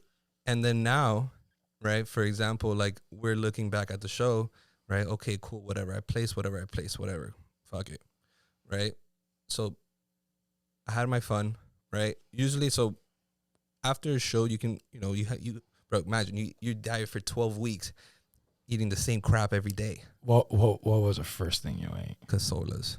I love it. Yes. What'd How you much? eat? What'd you get? I got like 2 slices of the meat lover pizza. Let's go. Oh my god! And then Let's go to Casolas right now. Right now, Fuck this interview. Fuck this podcast. You know what, Fuck man? this Fuck shit. this podcast. Fuck this camera. It's fuck you for off-season. watching. It's off season, baby. We're growing. Nah, it's never off season. We're in season 2 of Knowledge. Nonsense. What was the last one? I had no reason here. Oh my bad. Nah, it's okay. We usually have a third person here. I forgot. Okay, yeah. No, I'm I like, genuinely, yeah. no, like we both genuinely. I think we just had the same brain fart. We were both like, There's no one else here. yeah. And so I also had these cookies. Right, they're from New York. They're half-pound cookies. Wow. What do you mean they're half-pound cookies? Like legit. Half is this a a pound. literal statement? It's literally like, How big is that? Like how big is the fucking dude. Honestly, it's like I'm thinking of a half-pound burger from Bro. Fuddruckers. type. That shit's... Yo, like, Type. dude, like if you throw that at me, I'm gonna bleed. Type shit. Type. Yeah. You It's could from kill New someone York. with that. You could, that guy could kill somebody with the cookie. Where do they sell those at? So New York. It's only online. Oh. So what it is, it's a business. It's if you guys are interested, if you're a foodie like me and you like sweets, at My Cookie Dealer on Instagram, right? They how it started was that it was this bodybuilder and his wife, right? This famous bodybuilder Juan Morel, right, and his wife. When he was competing, she would bake cookies, and she just started baking cookies, and then. That's sabotage all the other contestants. Just start giving them not grief. even that, because when you get on stage, right, you're depleted, you want to eat whatever, cool, you want to have your fun, right? So then she would just make cookies for everybody. Like, hey, you put in the hard work, here, have a cookie, here, have a cookie, here, have a cookie, here, have a cookie. That has to be the most wholesome thing I've heard in life. Ever. Gosh, bro. Wow. And then next thing you know, little by little, they open up their own business, And everybody wants their fucking. and They're fucking everybody wants their cookies. That was a And, plan. We're gonna get everybody hooked in these fucking cookies. bro. But when I tell you these cookies are the shit, bro, these They're cookies, the best, huh? I bet, bro, because they're made with love. You gotta look into it, bro. I'm a fan of cookies. I know he's a fan of cookies No, too. man, honestly, they have different flavors. They have a whole bunch of variety. Bro, Right. stop. Let's I'm go to gonna New York. fucking- Fuck Casolas. We're going to New York. No, dude, they ship them here. They ship them. They ship them internet, like within the U.S. So what it is, I think Wednesday and Sundays, right? They post it on Instagram. Okay, we're about to go live. You know, these are the flavors that we're gonna, launch. Be pending this and that, and people buy them like this, bro. I bet. And dude, it's insane. Like, you get the box, right? I got a box of 10, Right. bro. Wait, so you got 10 big ass cookies, Yeah, bro? I'm just trying to, like, how big is this box? it's like Just 10 like big a ass, like a normal like UPS box, maybe like that big. but it's just 10 cookies. It's 10 cookies. Wow. So right after the show, that's the very first thing I had. I was like, hey, give me my freaking cookie. Bless you. Give me my freaking cookie. 5 pounds in one box worth of cookies. I was like, hey, give me my cookie. So that's the first thing I had was a cookie. And then we rode out to Casolas. And you Right. had 2 slices of the meat lovers pizza. Yeah, man. Slices But- are big. And yeah, like for those who don't know, they don't use plates there. They use trays, like Yeah. for a slice. For a slice. Yeah. It's literally the size of my forearm. And they're not small. That's just... So after the show, whatever, I had my fun, right? I would start splurging on food, right? And then Sunday night, I'm eating sushi at Naruto Bistro. I don't know if you guys ever been there, I have right? not. Fire. Yeah, super lit. The only Naruto I know is a fucking cartoon character. Well, if you like sushi, you gotta definitely. Well, go there. sorry, the anime character. Yeah. Cartoon. I know. Bruh. I know. What the heck? I don't know why. My whole Fuck. childhood right here. I don't know that. Come I don't on, know why dog. I was so dismissive about it right there. I don't know where that came from. I think it's because I don't like Naruto specifically the show. I like anime. I just don't like Naruto the show. Okay, everyone has their own parfait. Okay, no, but like I shouldn't have sounded so No, you're dismissive good. about it. You're good. Not like I was like fucking Naruto. No, you're That good, cartoon. That cartoon. That I'm cartoon, I'm a no. Pokemon guy. So whatever, I'm eating the sushi there, right?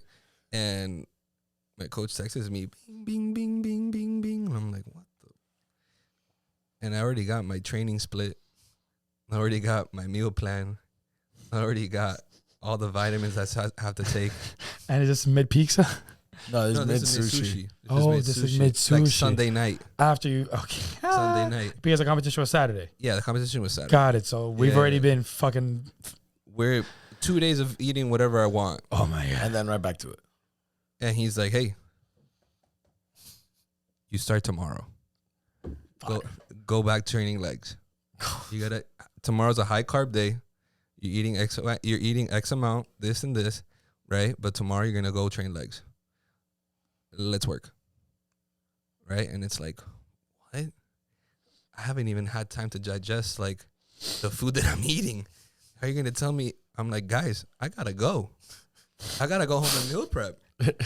Bro, I gotta go. I'm like, yo, waitress, come over here. Give me my Give me my tab. No, I don't want a to-go box. You guys finished my food right now. I can't have another bite. What do you mean? I ate all my food. Oh, Bobby, what, bro? I've been deprived of food, like good food, bro. And like you're about to be deprived for another 12 weeks. Yeah, I mean, granted, we're not. Yeah.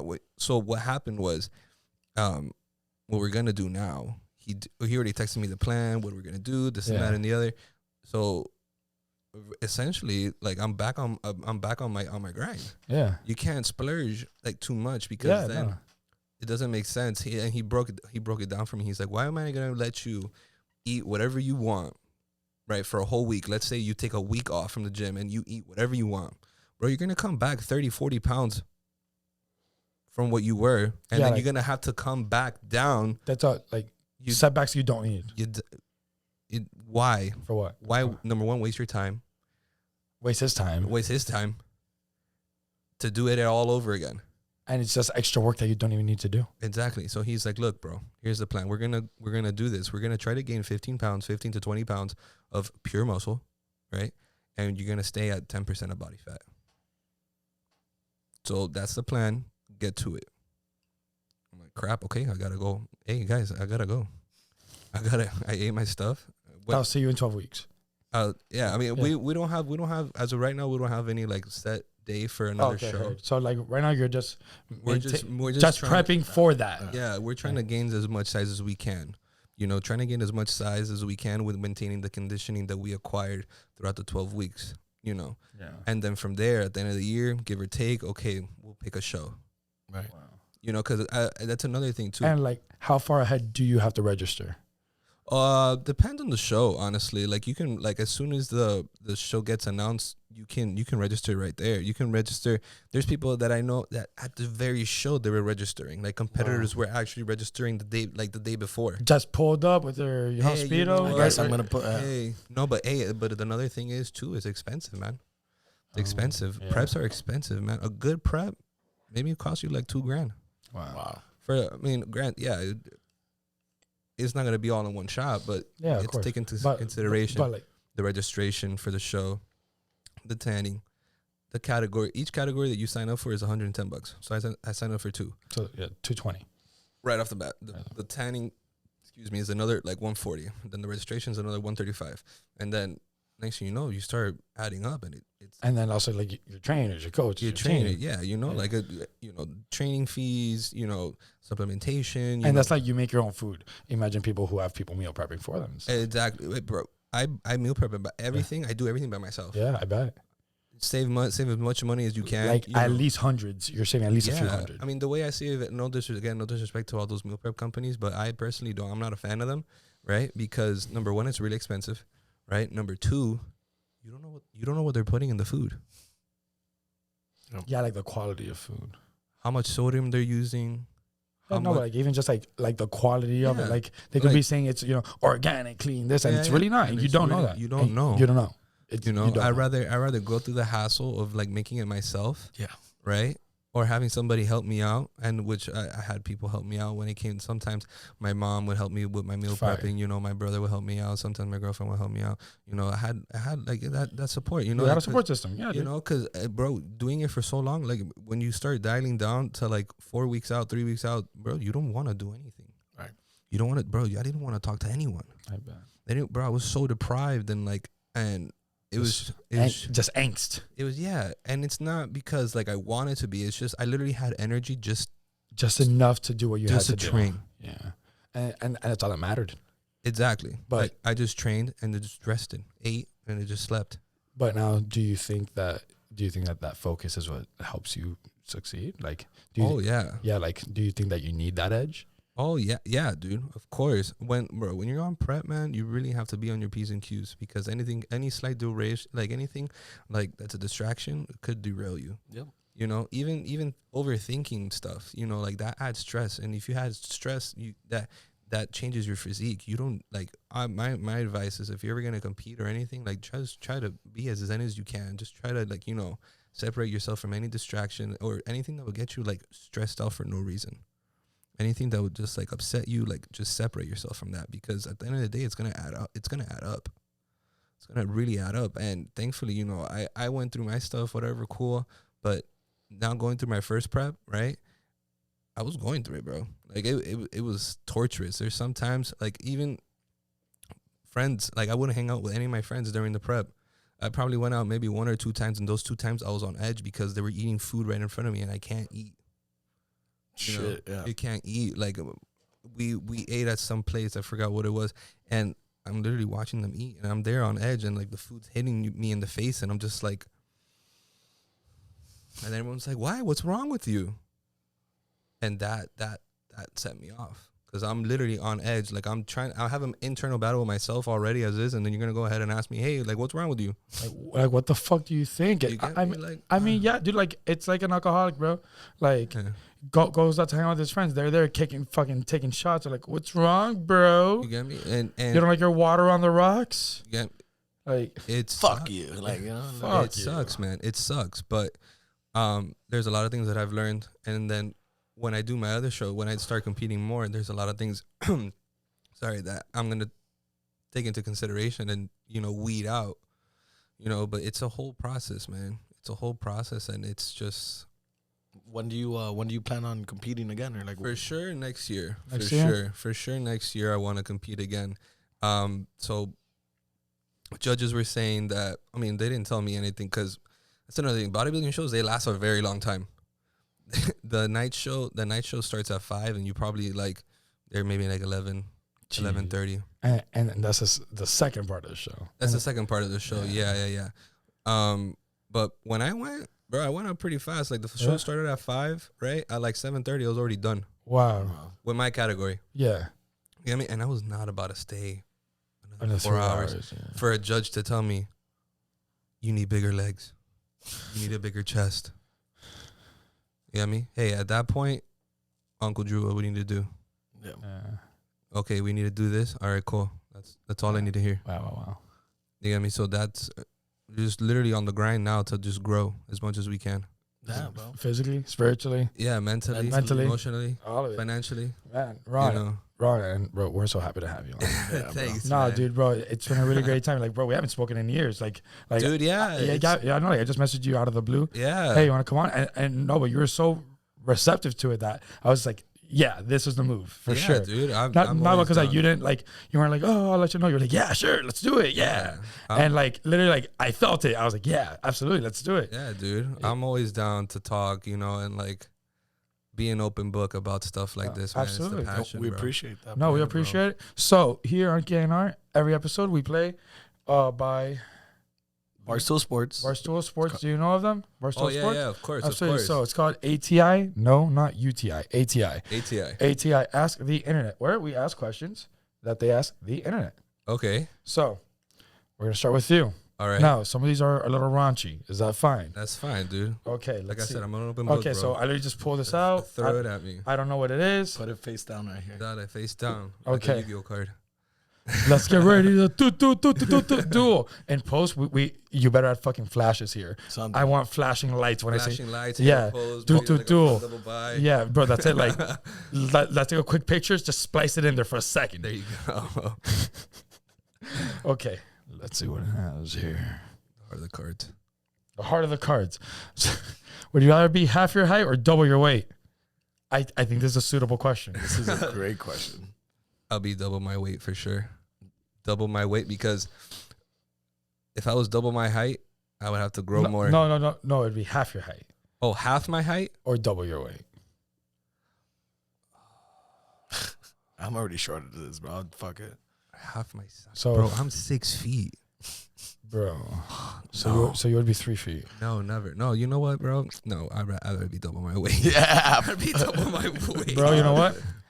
half my height. No, what, bro, dude, man. The world is a scary place, dude, bro. I don't want to be looking up. Bro, at what are you talking about? Check me out. Okay, all right. Check me out. Guess what? So I'm gonna be half my height. I'm gonna be about, let's see, I'm like 5'8", 5'9". So whatever. I'll be like less than 3 feet, I guess. Holy shit. So I'm gonna go to Los Angeles with my big bodyguard who cradles me. I'm gonna be cradled. Yes. And I'm just gonna be a Hollywood baby, short person. Baby. I don't know the proper term here, so we're just gonna say short person. Because at that point you're thinking about being cradled. No, well, I'm gonna have a big buff bouncer who's. So you're gonna be like, call me up. Hey, I would hit you up and I'll be like, once I go to Hollywood, I'll be like, hey, you wanna carry me around? I'll pay you well. Yeah. Because think like something like, I don't know, like mini me, you know? Okay. I could be the next mini me. You know what I'm saying? But how would that make me? I don't know if I'd have said that. It was like, yo, I'm carrying a grown ass man. I'm not a grown ass man. I'm not a grown ass man anymore. I'm now Gary Coleman. I'm not Gary Coleman. You know what I'm saying? No, but that's mini me, bro. Wasn't the guy like 30? Nah, bro, that was Vern Troyer. Oh, Gary Coleman is from Different Strokes. What you talking about, Willis? Bro, look at that little Russian dude. That Russian little Hasbuya. Come on, yeah. I could be the next Hasbuya, bro. What the fuck are we talking about? That guy's super small. He's like 2 feet, and everybody loves that guy. I mean, yeah. But bro, I don't know. And he's on someone's shoulder. Dana White, give me the fights. Right now. All right. Let's ask it.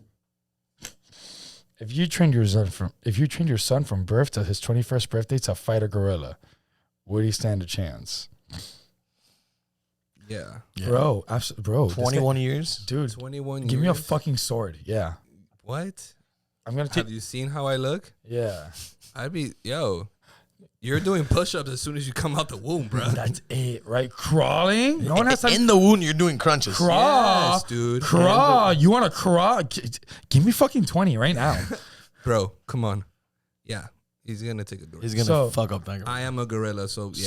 So you sound super confident. Oh, for sure. I think that, maybe, but I'm definitely going to teach him how to use swords. I guess if I have to train him. I have 21 years, bro. No, we have 21 years to teach. You're going to learn with him. Absolutely. Exactly. Bro, we have 21 years to make a fucking lethal weapon. Everybody wins. Bro, dude. Everybody wins. We're recording this. Who doesn't? Except for the gorillas. Bro, if Khabib can freaking wrestle a bear at like 4 years old. You could fight a gorilla. You can fight a gorilla for sure. Come on.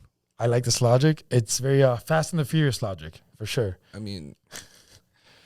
Family. Would you give up... Jesus Christ. Would you give up sports altogether if your dog could live happy and healthy for as long as you wanted? Nah. I like sports way too much. I love sports. And I hate your dog. And this guy hates my dog. I mean, I love my dog. Don't get me wrong. I don't have a dog and I hate his dog. So I mean, all right, cool. So I'll start watching WNBA, I guess, if that's what it takes. Oh God. Sports altogether. Like there's not a single sport left on the planet. Yeah, no, You're eradicating sports as a whole. Dude, look, I'll start watching cornhole and get rid of William for sure. Bro, I watch golf for the love of God. Like whatever. I watch T-ball to get rid of this guy. Bro, I'd watch softball. I like softball. I'd watch softball. Okay, so on to the next one. Yeah, no. Would you rather have one giant dick for an arm or have all your fingers be dicks, little baby dicks on your hand? You want 5 little baby dicks, bro? No. We're going with 10 little baby dicks. No.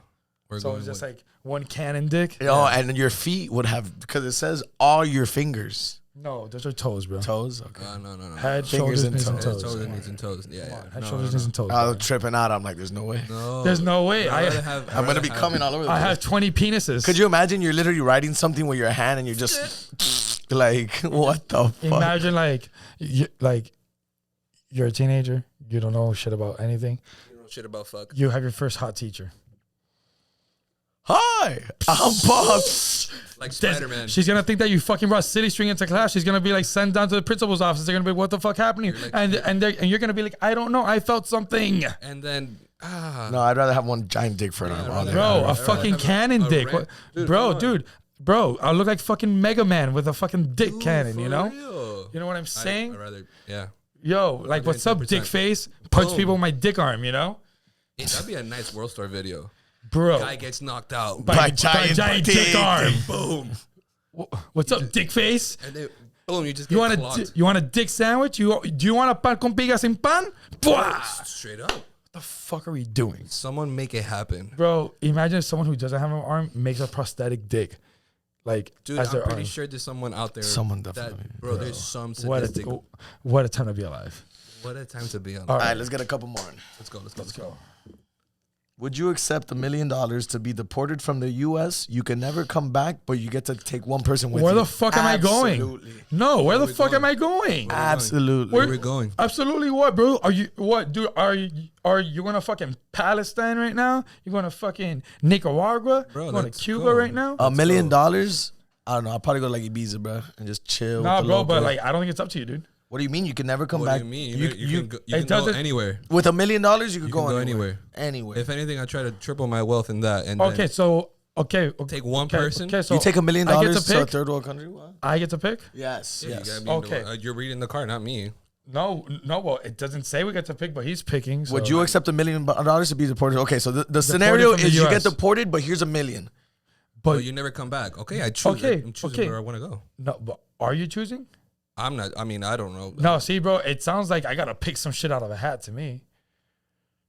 I don't know. It sounds like the luck of a Because draw. usually when you get deported back to what? where you're from. Where you're from? I mean, I'm. Okay, but I could go back to my home country and go- still get the fuck out of there. I mean, I mean, technically, my home country is a United States territory. I'm from Puerto Rico. okay, so then Loopholes everywhere. you're not going anywhere. I'm Let's see, technically not you're going Cuban, anywhere. right? They're gonna take our shit. Yeah. I'm half Cuban. I'm half Venezuelan. I don't stand a fucking chance. No, you're. I would be slaughtered the day. Yeah. The day. So no. So if I'm coming back to my home, Oh no, bro! yeah. You fucking beat the system, You dude. just loophole. congrats on the $1 million. No, bro. dude, like you're that person that like still gets unemployment for sure. Yeah. With the $1 million. I mean, I'm saying, bro. All right, let's get it. Let's get it. The heart of the cards. Would you rather know when you're going to die or how you're going to die? When I'm gonna die or how? I don't know. I think That's terrible. I That's think both of that. Both of It's- those. I think Fuck. when. I think when. You know I what? think when. I think when. Because imagine if it's like a car accident. Like that's the reasoning. I'll- I would see, but, never like, want to get into Or a car. or what if it's a slow death? You start overthinking, like, oh shit. Yeah, like set on fire. Like, Oh, oh, dude, fuck. I guess I'm never going near fire again. Like, or if you You drown. know what? Or, Damn, bro. Think about the when. Like, you're just gonna be looking forward to that dreadful moment every second of your life. yeah, but by the time that shit comes, like, What do you mean? What if it's like I 2 would- weeks from I now? would live my life to the fullest. I'd be like, all right, screw this. I'm gonna do whatever I want. You know what? and Fuck do it. You know what? You guys sold me. At first, I was like, ooh, tell me how. But then you fucked it up for me with, what if it's fire? I was like, damn, what if it's fire? I'm here thinking like, A yo, fire death? no, like a car accident. Fuck it. No more cars for me. yeah. Whatever. But You're sleeping one day in a fucking car, just comes into my house, right? lives in an apartment for the rest of it. Like, still somehow Fast and Furious movie goes wrong. yeah. Fucking Yeah. they want family. Yeah, bro. It's Vin Diesel crashing into my apartment, and then I go, "You killed me in front of mine," and then he says, "Family," Family. and I'm just like, ugh. No, definitely, I would want to know when. Live my life to the fullest. Fuck it. One all day. Would you rather be a world-class dancer, a world-class singer, or a world-class fighter? World class fighter. World-class singer. World class fighter. No, I mean, I think that's the coolest one, but bro, that sounds dangerous. Let me I just live life on the edge, baby. No, I feel you, but bro, a singer, You could be a rock star. but a singer is a lot safer. I'm gonna make a lot more money than you. Conor McGregor's a freaking rock star. That guy lives like Singers definitely make more money than that guy, You and he think makes so? a lot of money. He makes a lot of money, bro. Okay, all right. I'd be a fighter. Who do you think makes more money, Drake or Connor, bro? Oh no, well that's. We're talking about two of the top guys of their No, career. you're right. Yeah, but you're you could be a world class singer, and it's still hard for you to like fucking make. Because I know a lot of people that are really great singers, but they're not. Like, you know, I don't know, Drake bro. isn't a world class singer. That I guy's don't just know, an bro. entertainer. But I would take my odds. I'm sorry, I would take my odds on that. I mean, I'd rather be a fighter, bro. Oh no, I think being a fighter is the fucking coolest one here. Yeah, absolutely. But I'm just thinking about longevity and safety and just efficiency. I guess We're world class fighters because, and bro, become a movie star. Because, bro, I think we all say that world class fighters get fucked every day by the UFC. I mean, they do. They do. I mean, look at K.N.R right now. Yeah, but like, you want to talk about nothing being guaranteed? Come on, bro. Look at these contracts. Come on, fucking the highest paid fighter right now are the Paul brothers. Yeah, that's who we got to fight. But like, I'm saying, like, what a disgrace. That's all I'm gonna say. Okay, but you know what I'm saying? Like, disgrace. we can't say that being a world class fighter guarantees anything. That's no, true. you're correct. Correct. What's next? No one wants to be a fucking dancer. Would you watch porn with the hottest girl from your high school if the dude in it was your dad? Yeah, sure, whatever. I'm just gonna be fast forwarding through all the weird parts. Would you watch porn with the hottest girl from your high school? I mean, but see, like, I don't think that it'll be something I'll be like, yeah, rubbing it out. No, you're definitely. It's just like, no, like, I'm just like, I don't fucking believe you. There's no way. Like no shot. No, like, put this on. I don't like, think I'd do it. Nah, you don't bro. think you do it? Dude, I would be so intrigued. Okay, but what am I getting out of it? Bro, there's a lot of there's in my opinion, there's a lot finer porn stars than any of the girls that I went to high school with. No, bro, for sure. No, but I'm not saying like I said, dude, it's not a pleasure thing. It's more like a no fucking way. Like you imagine your dad's dude, like you better say fucking, yes, bro. Dude, like this fucking girl for real? Am I dad? Nah. No way, bro. Let me see this No shit. way, Throw that bro. shit on right now. No way, Big bro. screen, let's go. Let's go right now. And then I'd be like, Jamie, throw it on. I'd be like, Oh my god, look at this guy's cock right now. Who's good this shit. Dab your dad up. We're never I talking will about be this. like, Dad, what happened to me? Jesus, man. I mean, I would have ran a train on. Would you rather be good looking and always have nice clothes, but you smell like shit, or look like a homeless person but smell nice? I don't like smelling like shit. Isn't that what rich people do anyway? I don't like smelling like shit. Don't like rich people dress like homeless people Look at Kanye Straight West. up. and smell nice? Look at Kanye. That guy walks out with pantyhose on his head, bro. Like, Bro, what you talking about? A plain white tee is like $600. With holes in it. Balenciaga. But it's yeah. Whatever. I'd rather dress homeless and smell nice, bro. I agree. Bro, I sweat a lot. Yeezy. I sweat a lot as is, and I smell like ass all the time. Yeah. So I don't need to be smelling like shit all the time. Bro. Yeah, I'd rather go with that. Okay, let's do three more. Three more. Would you rather have a girl who talked a lot during sex or a girl who was completely silent during it? I need you to say this a little bit louder, bro. Would you rather have a girl who talked a lot during sex or a girl who was completely silent during it? Are you having full-blown conversations with me? Yeah, like how much are we talking here? Like if Is this like It's a intimate lot. talk or? No, we're just talking a lot. if it's intimate talk, We're Yeah. talking I'm a for lot. it. but no, what we're doing is different. We're Yeah, engaging no, in like if we're engaging in a full-blown conversation, shut up. I mean, bro, Get out. dude, I don't know how many, dirty things she's going to say to you if she's talking a lot. I'm sure at some point, some fucking stupid thing like, I forgot to punch out of work is going to slip in there. Or she's explaining to you how her day was while you're like hitting Like- it. I think I would do completely silent because it doesn't specify like if they're gonna have facial expressions. Just give me facial expressions. So what, Sure. just fucking throwing your tongue at you. I'll But throw that's some it. music Hey, you on. know what? Oh, yeah, you can do that. Yo. Hey, you know what? I'd rather you be completely silent, right? And you're throwing it back, you're doing your thing, whatever, cool. Just don't be a freaking starfish, bro. No, fuck it, baby. Tell me about your day. Fuck it, baby. Tell me how Tell me about about you. your day. If you're gonna be a starfish, Tell me about your day. talk to me, bro. Something. Whatever. Get me in. Tell me, bro. Tell me about your day. Sure. Tell me what that dumb bitch Liz and HR Yeah, did to you whatever, today. Cool. Whatever. Nah. I'm here for it. I got this one. Would you rather always have a waiter who speaks shitty English or push instead of pull every time you open a door? What? What? It's a stupid ass question. Okay, no, that doesn't count. Fuck that No, question. we're not doing that. Fuck that. I mean, we have shitty service here already. But We live in Miami, bro. Like everybody has an accent. Would you rather know? Would you rather know every time someone talks shit about you over text, or every time someone talks shit about you out loud? out loud, say it to my face. Out loud. Out Out loud. loud. Out loud, say it to my loud. face. If you got I something to don't say, need a fucking transcript. talk. Yeah, exactly. No. Say it to my face, bro. Switch it up a little bit. You know what I'm saying? You know what I'm saying? What What are the funniest names for a fantasy football team? Man. I had one. I had a football team called Show Me Your TDs, but T and then D and then apostrophe S. Touchdowns. Show Me Your TDs. I also use that as a name for a flag football team. Quarterbacks and wide receivers. Tom Brady's nutsack. That was one of them that I had. Goated. Deflated balls. I can't remember off the top of those are one. Oh, dude, I'm just making these up as I go. Who was the best fat athlete of all time? I'll put Vince Wilfork up there for my answer. Andre the Giant. That's a good one. I like that. Like that? I like that a lot. I like that a lot. We call it the sound of moisture. No, you know what? Rikishi. Rikishi, huh? If you know about wrestling. Wow, very, very niche of you. Yeah. I appreciate it. Bro, I appreciate like I used to do in the ring. No, Ricky. Yeah, bro, but then honestly, I would fucking make an argument about Big Show over Rikishi. Hey, I met Big Show.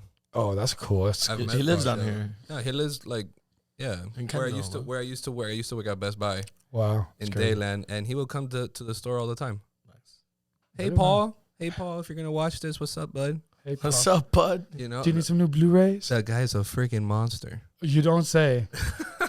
He's not called the regular size show. How much money would it take for you to give up your favorite food for the rest of your life? You already have. I pretty much already. You already have. Like, no, this doesn't count. I mean, that's your life. 10,000. My life. That's your life. It's my life by choice. If you could start a football team with any fictional quarterback, who would it be? Adam Sandler from The Longest Yard. Absolutely. I'm just trying to think of. That's it. That's the answer. If you have a different answer, you know. I can't remember of any other quarterback that I like more. Nope. Like who? Nope. Like what? You know what's a fictional football player? Well, no, he's No, not fictional. yeah, no, but who? Tim Tebow? No, I'm kidding. But who's who's a fictional? Oh, the quarterback from Blue Mountain State. Oh my God. And Varsity Blues also. Yo, Varsity Blues. Varsity Blues also. I like Blue Mountain State. I love Blue Mountain That State. guy's Yeah, great. no, Blue Mountain State's lit. Yeah, no, that's about it. I can't think of any. Adam Sandler or No, the guy from Blue Mountain no, State. I don't like this question either. I don't care. My show. And then Adam Sandler partied in that fucking. Yeah, dude. That guy was a fucking He goalie. drove it like he stole it.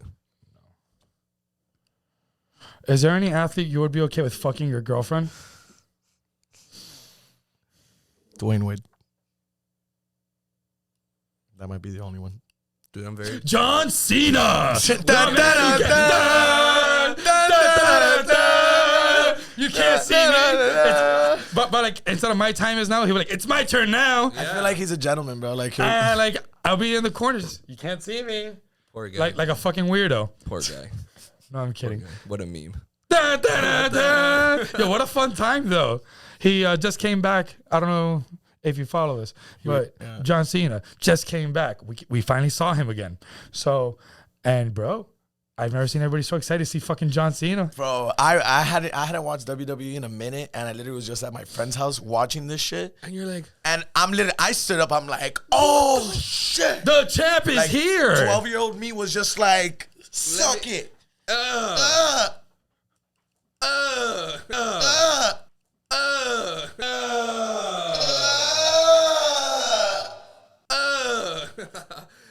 Fucking choke slamming people. John Fucking Cena. love it. Dude. That guy's. Let's get one more in. We're at an hour 53. damn. Yeah. Holy, yo, No, I can talk. okay, so hold on, but can talk. you never answered. I agree. John Cena. Yeah. Okay, yeah. nice. I wouldn't be able to see him. So Oh, dude. no blood, no foul. Dan, if you're watching, they won't see you. You'll steal his powers. Yeah. No foul. No blood, no foul. You start working out with that guy. I'll teach you a thing. That's a long one.